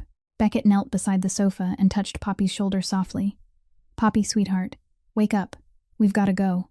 Poppy opened her eyes slowly, drowsy, her lids narrowing, then lifting, and she looked at her father, looked around, then looked at Finn sleeping beside her. She stayed still for a moment, not rushing to sit up, her eyes on Finn's sleeping face, a face that for the first time that night looked peaceful. Not tight, not worried, simply the face of a 6-year-old boy, sleeping after his stomach had been filled, and his mother had medicine. "Daddy?" Poppy whispered, her voice small and serious in the way only a 4-year-old can be serious, completely serious, without a hint of performance. "Finn is my best friend. Are we going to see him again?" Beckett looked at his daughter, looked at the eyes, waiting for an answer with absolute trust, that if Daddy said yes, then yes would happen, because Daddy could do anything. Daddy held her when she was scared. Daddy bought cake when she was hungry. Daddy could surely make her see her best friend again. And he wanted to say yes. He wanted to promise. But Beckett Ashford had made too many promises in his life that he could not keep. And the heaviest promise he had ever broken was the promise to keep Charlotte safe. So he did not dare to make another promise to anyone, not even his own daughter, that he could not be 100% sure of. "I'll try," he said. And it was the truest answer he could give. Poppy looked at him, nodded, and accepted "I'll try" as if it were the surest promise in the world, because to her, when Daddy tried, Daddy would do it. Then she did something Beckett had not expected. Poppy looked at the teddy bear in her arms, the bear with worn ears and a worn belly, the bear Charlotte had bought for her, the bear she held every night since her mother died, the bear she never let go, and she set it down on the pillow beside Finn's head, gentle and careful, then pulled the blanket up to cover both the bear and Finn, as if she were asking the teddy bear to stay and guard her best friend's sleep. Beckett watched his daughter place the bear there, and he had to turn his face away for 1 second. Just one, because something rose in his chest, hot and sharp, and he did not want Poppy to see it. He took a plain white card from his wallet, a card with only a string of numbers, no name, no title, nothing. The kind of card he gave to very few people. And the number was one that, if anyone called, he would answer. He set the card on the table beside the sofa and quickly wrote on a scrap torn from Finn's notebook in hard, clear pencil. "For Finn. If you ever need it, call." He stood up, lifted Poppy onto his shoulder, and turned to leave. At that exact moment, Finn stirred. The boy opened his eyes, not the slow eyes of someone waking from deep sleep, but the eyes of someone who had never fully fallen asleep, or who had woken at the smallest sound, because a child who lives inside worry never sleeps all the way. Some part of him is always awake, always listening, always ready. Finn looked at Beckett holding Poppy, looked at Poppy on her father's shoulder, her eyes looking back at him, her small hand giving a gentle wave. Then Finn looked down and saw the teddy bear lying beside him on the pillow, and he understood. He stayed still for 1 second.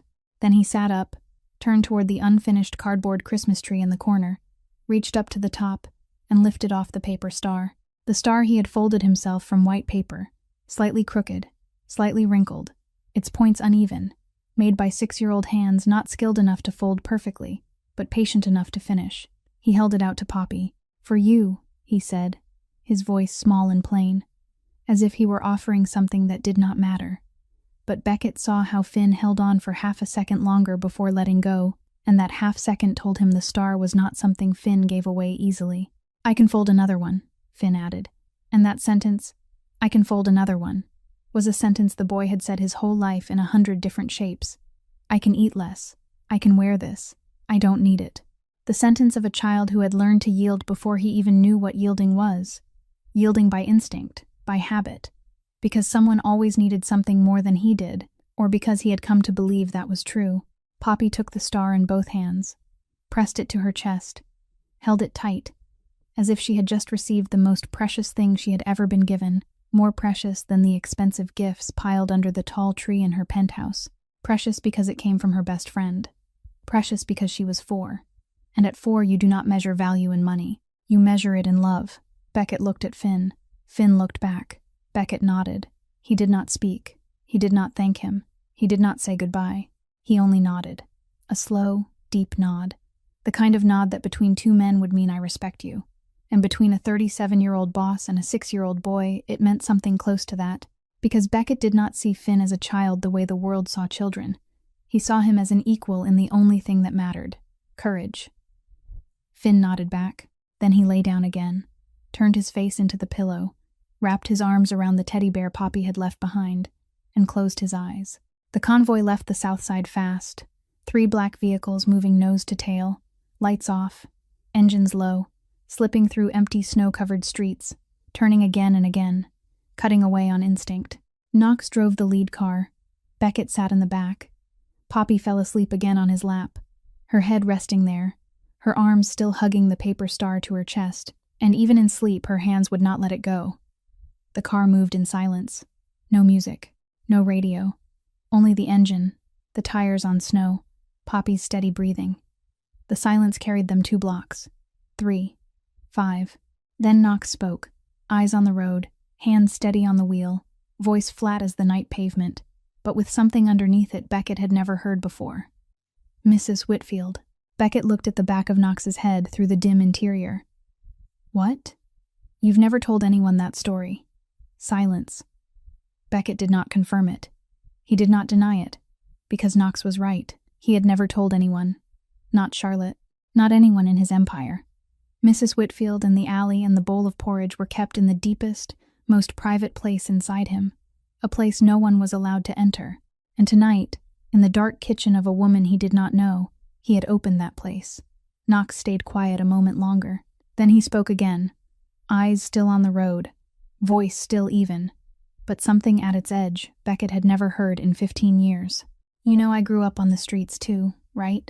Beckett watched Knox in the rearview mirror, the long scar on his face, the eyes fixed forward, the hands locked on the wheel, and he understood that the scarf Knox had left for Finn at the bakery counter, with no order, no request, had not been because Knox followed instructions. It was because Knox saw himself in that boy, the way Beckett had seen himself.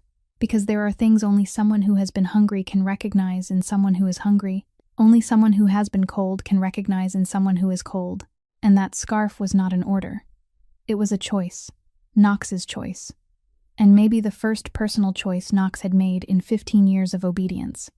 Knox did not say anything else. Beckett did not ask anything else. He did not need to. The silence stayed with them the rest of the drive. But this silence was different from any silence that had ever lived between them before. Not the silence of boss and guard, not the silence of the one who ordered and the one who obeyed, but the silence of 2 men who had once been 2 street kids, 2 kids who survived, who grew up, who became things Mrs. Whitfield probably never wanted them to become. But tonight, at least tonight, remembered who they had once been. A warm silence, the top-floor penthouse, Gold Coast. On the other side of the city, Knox stopped the vehicle in front of the building, lifted the sleeping Poppy into his arms and handed her to Beckett, gave a brief nod, and got back into the vehicle and drove away without another word, because between those 2 men tonight, enough had been said, more than the past 15 years combined, and both of them knew that by morning everything would return to normal. Knox would be the bodyguard again, and Beckett would be the boss again, but something had shifted between them, just slightly, almost invisible, and yet impossible to shift back. Beckett carried Poppy into her room, laid her on the bed, pulled the blanket up to her chin, and when he tried to slide his hand away, Poppy's small hand was still gripping the paper star, gripping it so tightly her fingers left impressions in the paper, and even after he settled her head on the pillow, she still wouldn't let go. He stood and watched his daughter sleep for a moment, watched the slightly crooked, slightly wrinkled paper star in that tiny hand, and he thought that in this room, among the expensive toys and the luxury furniture his money could buy, the most precious thing right now was a star folded from plain white paper by a 6-year-old boy who owned nothing but courage. He closed Poppy's door, stepped into the living room, poured a glass of whiskey, and sat down in the chair by the wide window that looked out over snow-covered Chicago. The city spread below him, lights blinking, snow falling slowly through the street lamps, and somewhere to the south, across more streets than he cared to count, there was a damp ground-floor apartment where a mother was taking medicine, and a little boy was sleeping with a teddy bear that wasn't his, and a wool scarf wrapped around his neck that he refused to take off. Beckett sipped the whiskey and looked at the bullet lying on the table beside the glass. A small brass bullet, bright because he kept it clean, kept it with him every day for the past 2 years.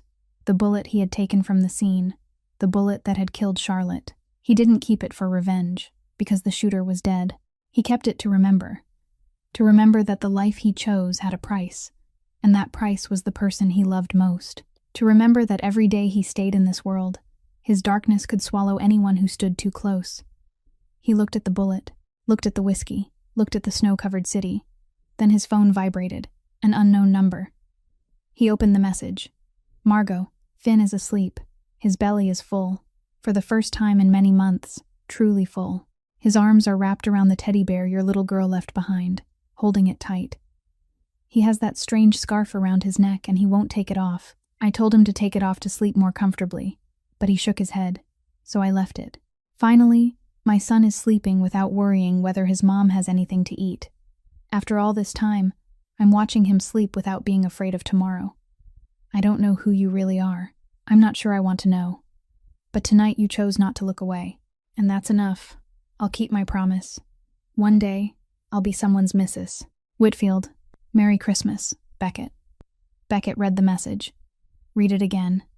Then read it a third time. He lifted his head and looked across the living room to the photograph on the shelf beside the fireplace. Charlotte. In the photo, Charlotte was smiling, holding newborn Poppy, her smile bright, her eyes alive, hair loose, living, beautiful. Here, in that moment, before everything happened. Beckett looked at Charlotte's smile in the picture, then looked down at Margot's message on the screen, and he whispered, so softly only the bullet on the table could hear, I kept the promise. At least tonight.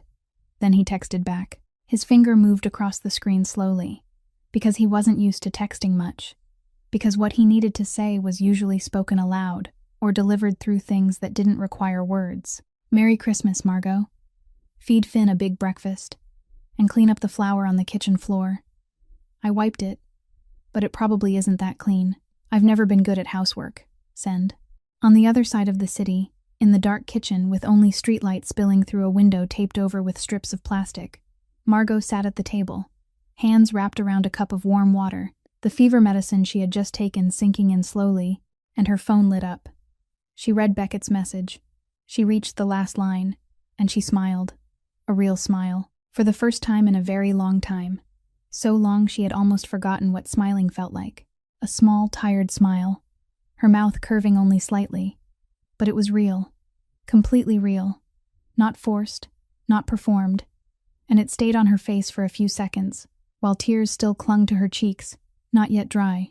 She sat alone in the dark kitchen, smiling to herself, crying and smiling at the same time. And that smile, small and weary but real, was the most beautiful thing about this Christmas night. A pink dawn rose over Chicago. The snow had stopped, and the first light of Christmas morning spread slowly across rooftops, across white-covered sidewalks, across windows still dark, and windows beginning to glow as the city woke. In the ground-floor apartment on the south side, Finn opened his eyes. Pale pink light slipped through the taped window and fell across his face, across the teddy bear beside his pillow that his arms had still held in sleep, across the dark gray knitted scarf, still wrapped around his neck from the night before. He lay still for a moment, staring at the ceiling, at the familiar crack running from the corner of the room to the light fixture. Then he looked to the pillow beside him where Poppy had been. Empty. She was gone, but the teddy bear was still here, warm and soft, carrying the scent of children's perfume, and something Finn could not name, but could guess was the smell of another home, another life, a child who was held every night. He sat up and saw the plain white card on the small table by the bed. Nothing on it but a phone number and a scrap of paper in hard pencil. For Finn. If you ever need it, call. He picked up the card and turned it over in his hands. No name, nothing else, but he knew whose it was, and he slipped it into his coat pocket beside the packet of old bread his hand had held through the night, even though his mother had eaten. Then he heard the sound of a spoon touching a bowl in the kitchen. He ran out. His mother was sitting at the kitchen table. Margot sat there on the chair where Beckett had faced her last night in the light of the gas flame, and she was eating porridge. Her face was pale, shadows under her eyes, her hair still messy, but she was smiling. A small, thin smile. But a smile Finn had not seen on his mother's face in a long time. So long he had almost forgotten what she looked like when she smiled. Merry Christmas, my son, Margot said, her voice hoarse but warm. Finn stared at her smile, at the hot bowl in front of her, at the refrigerator that was not empty anymore because the door stood slightly open and food could be seen neatly stacked inside, and he ran to her and hugged her. Hard, his face pressed into her shoulder, saying nothing, because there are moments when even a 6-year-old knows words are not needed. The kitchen floor was clean. The white flour had been wiped away. The broken ceramic had been cleared. But in the cracked grout, there was still a faint trace of white that would not come all the way out. A small reminder that the night before was real, that someone had knelt on this tile and wiped flour with hands that should never have been wiping flour. On the kitchen table, beside the medicine the doctor had left, lay a small scrap torn from a notebook. The pencil writing was uneven, large and small, a child's hand. "Mom, I'm going to get food. I'll be back soon. I love you." The note Finn had left on his mother's pillow last night before he stepped out into the snow. Margot had read it. Finn knew she had because it was no longer on the pillow but on the table, folded neat and careful, folded by the trembling hands of a mother who had cried when she read it, and now it lay beside the medicine.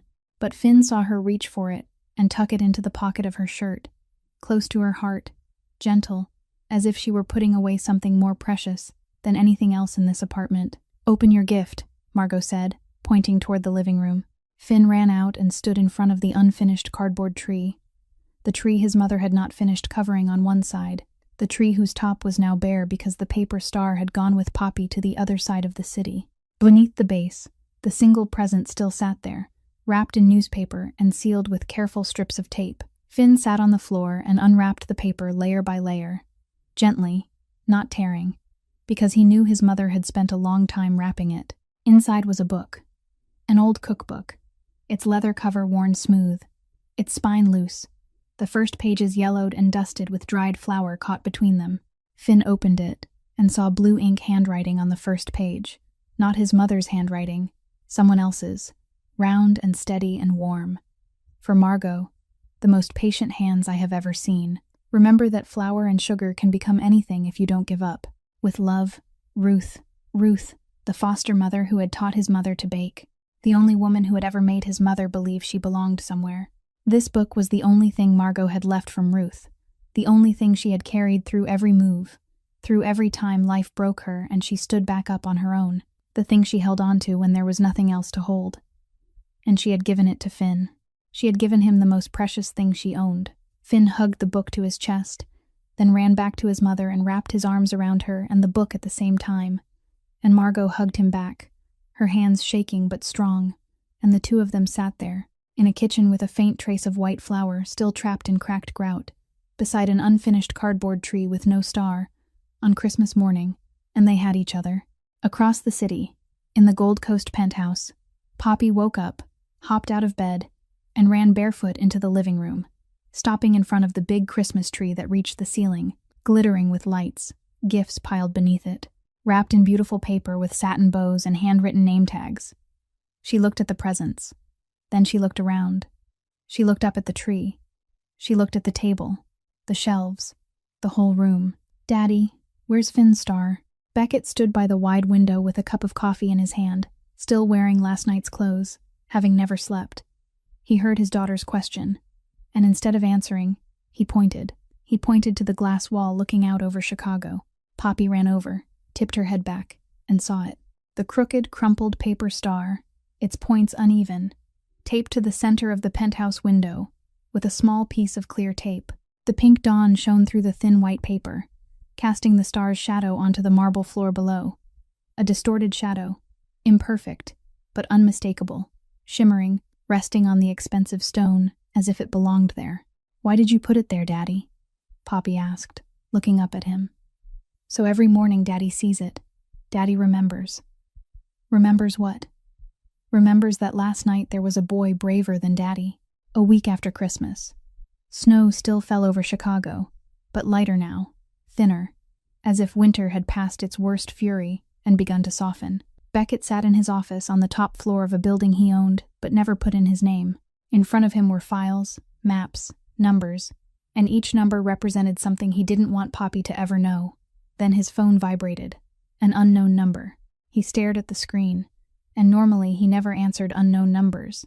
because in his world an unknown number could be anything. But on Christmas Eve he had given that card with this phone number to exactly one person, and some instinct told him to pick up. "Mr. Beckett? It's Finn." The voice of a 6-year-old came through the phone, clear, trembling slightly at the start and then steadying. The voice of a child trying to sound normal while doing something not normal. Because calling a mafia boss isn't normal. But to Finn, Beckett wasn't a mafia boss.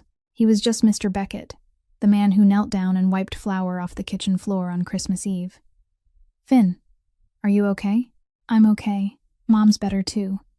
She reopened the shop today. She got up early to bake bread. The whole place smells like bread." Beckett heard a small laugh inside the boy's voice when he said the word bread, and Beckett remembered the smell of flour and vanilla in Flour and Faith that night. The smell Finn had called the most familiar smell in the world, the smell of his mother. "Did your mom tell you to call, or did you want to?" Silence on the other end. Brief, but long enough for Beckett to know the boy was deciding whether to tell the truth, then choosing to tell it, because Finn didn't know how to lie. Or more precisely, he knew only one lie in his whole life. The lie that said, "I'm not hungry. I wanted to, because I want to ask you something." Ask. "Do you remember I asked if you were a good guy or a bad guy?" Beckett closed his eyes. He remembered. He remembered the small bakery, the pale yellow light, the boy standing in front of him, looking straight into his eyes and asking that question for the first time. Serious, unafraid, only needing to know. And he remembered his answer. "It depends what day you ask." "I remember. You said it depends what day. So today, are you good or bad?" The question, asked a second time, in the same voice, with the same seriousness, but twice as heavy. Twice as heavy because now it wasn't the question of a strange child to a strange man in a bakery anymore. It was Finn asking Mr. Beckett, the boy who had slept with Poppy's teddy bear in his arms for a whole week, who had kept the card in his coat pocket, who had watched his mother reopen her shop with money he didn't know the source of, but knew the person behind it. This question landed right on the crack in Beckett's chest.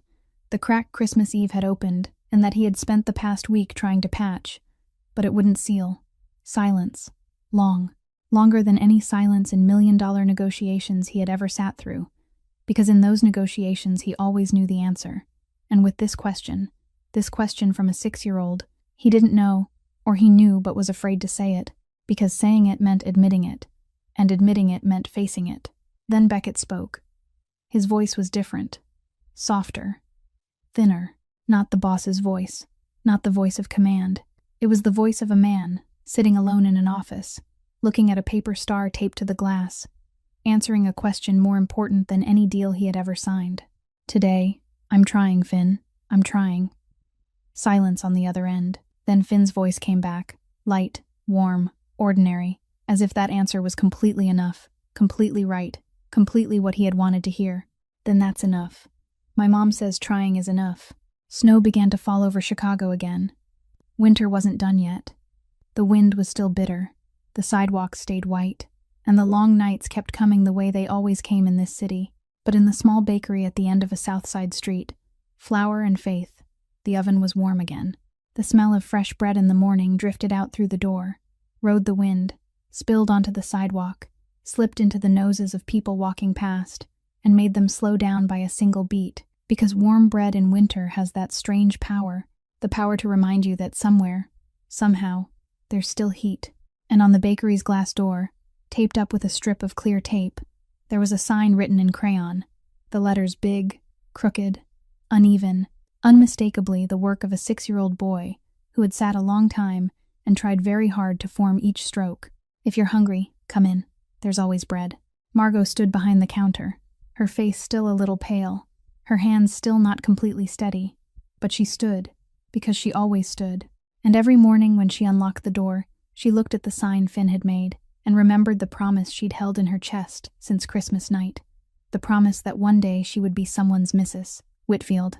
Across the city, in the highest penthouse on the Gold Coast, the Mafia boss sat by a wide window and looked at the paper star taped to the glass, the crooked, crumpled star that every morning let the dawn shine through it and cast its shadow onto marble floors. And each morning, when Beckett Ashford saw that warped, imperfect star shadow on expensive stone, he thought of the old laundromat owner who had saved his life 29 years ago with a hot bowl of porridge and 6 words: eat, sleep. We'll figure it out tomorrow. Mrs. Whitfield saved Beckett. Beckett saved Margot. Margot would save someone else. And someone else would save a person whose name no one knew yet. The circle didn't end. It never ended. It kept going. Quiet. Unannounced. Never making the news. Never filmed. Only continuing through trembling hands, stirring porridge in a dark kitchen for a stranger, through a knitted scarf set down on a counter without a single word, through a 6-year-old stuffing cardboard into torn shoes and stepping into a snowy night because his mother had a fever and hadn't eaten. This world isn't perfect. It never has been. It has hunger and cold, damp apartments and empty refrigerators, and overdue bills shoved under cabinets. It has darkness, bullets, people who leave and never come back. But this world also has people who break and still stand. It has mothers with 40-degree fevers who still hold a knife to protect their child. It has children braver than grown men, walking through a snowy night in ruined shoes because their mother hasn't eaten. It has kings of the dark who look at a strange boy and remember who they were before the dark swallowed them whole. It has guards who quietly take off a scarf and leave it on a counter, then walk away without looking back. And it has old laundromat women who cook porridge for a street kid at midnight and tell him one sentence that, 29 years later, still changes someone else's life. Sometimes, all it takes to change a life is a child brave enough to ask, and a person kind enough not to look away. The lesson here isn't the money Beckett paid. It isn't the porridge or the bags of food. The lesson is that someone stopped. In this rushing life, when all of us are busy, all of us are tired, all of us have reasons to look away. Sometimes the only thing a person who's collapsing needs isn't money or advice. It's simply someone who stops, sees them, and says, "I'm here." And if tonight's story touched you, if somewhere in it you saw yourself, saw a mother you know, saw the child you once were, or saw someone you once wanted to help but looked away from, then please hit like so more people can hear this story. Please share this video with someone you think needs to believe kindness still exists. And if you want to hear more stories like this every day, please subscribe to our channel and turn on notifications so you don't miss any video. We'd really love to know how this story made you feel. Did it remind you of someone in real life? Have you ever been the one who stopped? Or have you ever been the one who needed someone to stop for you? Leave a comment and share what's in your heart. Because your comment isn't only a message to us. It could also be encouragement for a stranger who reads it at the exact moment they need it most. We wish everyone watching this video good health, a joyful life, and peace each day. Thank you for listening all the way to the very last minute. Goodbye, and we'll see you in the next video.